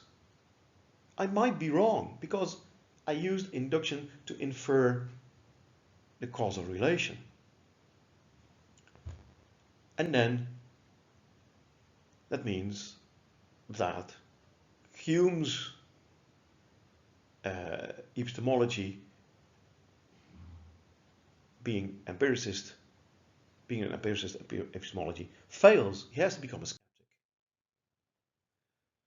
Of course, in everyday practice, this usually doesn't lead to many problems. If you go to a bar and you want to play some pool and you say, give me some pool balls that if they collide, then the second one rolls away, they will say, well, no more drinks for you. because that's really strange, because we have this idea that if 2 billion balls, 2 pokeballs collide, they indeed, that event will indeed cause the rolling away of the second billiard ball. But in theory, it's a problem. If you want to have knowledge, if you want to say, I have justified and true beliefs about the world, then you can never be sure about anything, because you can never know that there will not be an event A in the future that will not cause B. And as long as you don't know that, you can't have knowledge. All candles melt in the sun. I believe it's true. I have a candle made out of wax. Sun produces heat. The candle will melt. That's regular. That will happen again. That is a causal relation, I believe.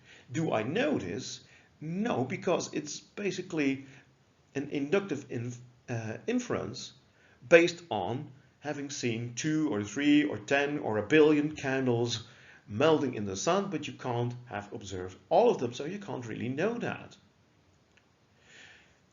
So, since inductive reasoning is an invalid form of reasoning, the knowledge resulting from it is not real knowledge, because you don't have a justification. Induction can be used as a justification for your beliefs. So, Hume in the end has to conclude that causation is not a concept that empiricists can have knowledge about. And if causation is needed to have knowledge about facts about the world, then you can't have knowledge about the facts of the world, and since the world consists of facts, you can't have knowledge about the world. Well, that's skepticism. That's skepticism. So Hume had a lot of beliefs of which he thought they were true. He did believe that he lived in Edinburgh. And he did believe that his recipe for, what was it, sheep head soup was really good. But did he have knowledge about the world? No, he didn't. Not according to himself. He didn't know that all candles melt in the sun. He didn't even know of one candle that the sun would be able to cause to melt it, even if he had seen it melt, for instance. That might be just a correlation. It might be just a coincidence, just like a fly landing on the flat and then the flat collapsing. That might be just a correlation. You never know, being an empiricist. The problem now is, I hope you see that you can't but use induction in reasoning about the world. In science you use induction very explicitly or implicitly if you think about the world in terms of cause and effect, and you do that. Induction is not a valid way of reasoning, and therefore you could in some sense say that, well, it's irrational to use induction in science. In one of our next lectures, we'll look at Karl Popper, who defends the idea that science is a rational human endeavor, a human discipline, and therefore it should indeed not use induction. So we'll come back to that later. Maybe we could get rid of induction. But for now, it seems that if you have a general law, if you think about causes, then, and if you think about causes, you basically think about general laws. So if you think about laws, then you use induction, and induction is invalid. And that means that you can't use it as a justification for your beliefs. And that means that your beliefs are just that, mere beliefs. They're doxa in the terms of Plato. They're not episteme. They're not justified and true beliefs. They might be true.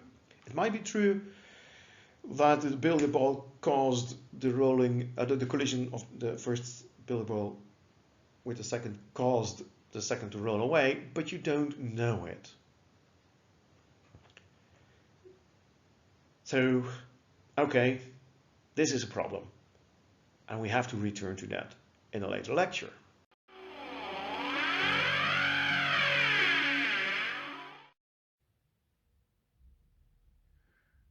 So let's briefly summarize what we've seen today and evaluate modern rationalism and empiricism.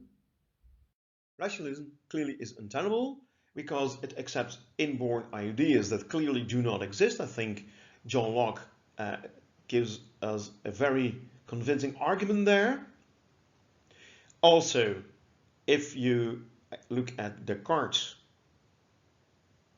epistemology, you need to accept the existence of God and that God is good. Otherwise, you'll end up with just the cogito, just I think therefore I am. And if you then not if you cannot get rid of the evil demon, then you might be tricked into believing that 2 and 2 equals 4 and that there is a physical world, while there actually 2 and 2 isn't 4 and there is no physical world, and then you cannot have knowledge about anything at all except for your own existence, and that amounts to skepticism with knowledge about the rest of the world. So even though it is less extreme than Plato's view, it's clearly a problematic view on knowledge acquisition. It's clearly a problematic epistemology. Empiricism, well, we looked at Locke. He has a notion in his epistemology that he couldn't have. He has this idea of substance that he couldn't have as an empiricist. Well, you might say, well, we could work that out. He could give up empiricism, or he could give up on the notion of a substance. Okay, so that might be fixed. He might be able to fix that. Berkeley, okay, so idealism, really strange theory. Nobody believes that anymore. Well, almost nobody believes it anymore. We saw that he clearly didn't reason properly. His argument for classifying the primary qualities as secondary qualities didn't work, so he didn't show that to be is to be perceived where it goes, where it pertains to the primary qualities. So we can reject that. Problem, and that would also, of course, be a problem for Locke, is the notion of causality. Hume shows that we cannot have knowledge about causal relationships, and because all knowledge about the world is knowledge of causal relationships, we cannot have knowledge about anything at all. So you can't have knowledge about individual things, individual events, but also not about the laws of nature. And of course, that is a big problem, because we have these Newtonian laws. Newton did find out about all kinds of laws, and if you use them to predict events in the world, they worked really well. So there was quite kind of optimism about acquiring knowledge about the physical world using the scientific method because of, well, the discoveries of Newton. He discovered those laws and they worked really well. But if Hume's right, we can't know anything about these laws. We cannot know these laws because these laws all are about causal relations in the world. That's why this Cartesian Newtonian worldview is called a mechanistic worldview. The universe, everything in the universe is kind of a big clock. The universe is kind of a big clock. It's a big machine, a mechanism of things that relate to each other as cause and effect, which is described by the Newtonian laws, but the Newtonian laws are very successful in making predictions, which we can't say we know it because of the fact that we can't have knowledge about causal relations according to Hume. But Hume was an empiricist.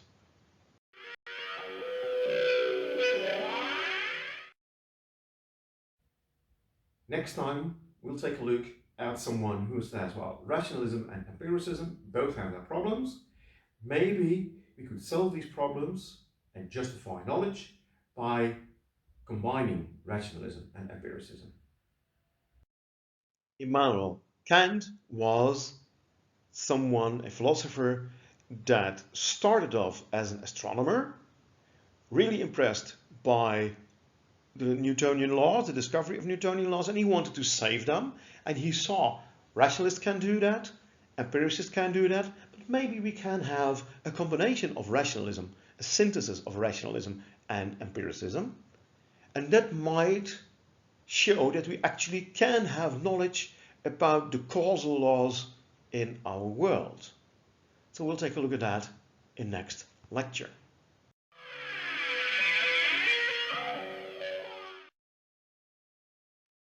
Let's look at an old exam question. It's a question about René Descartes. René Descartes was looking for true knowledge and therefore performed his experiment of radical doubt. What was the foundation of his thinking? Does this foundation make him an empiricist or a rationalist? Well, before looking at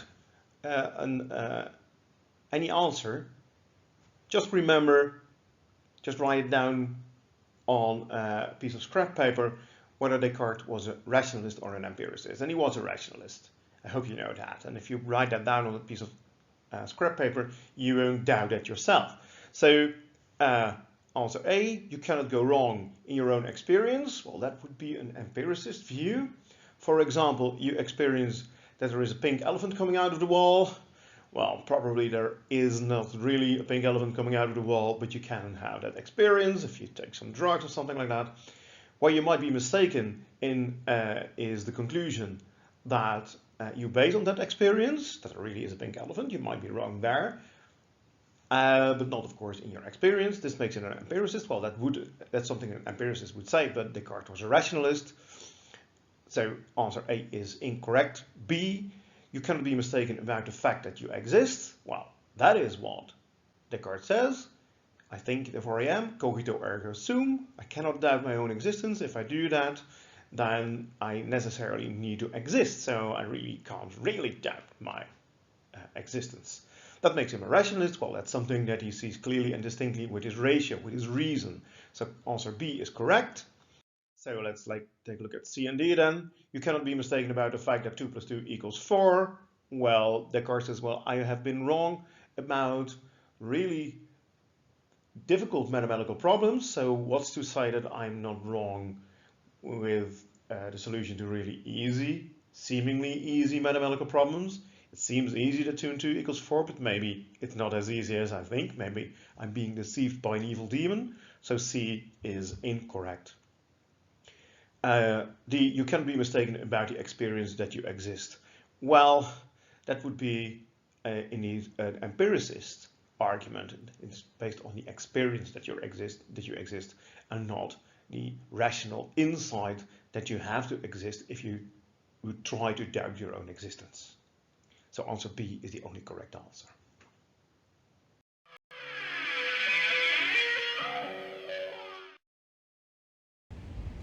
That's it for lecture 2. Stay safe.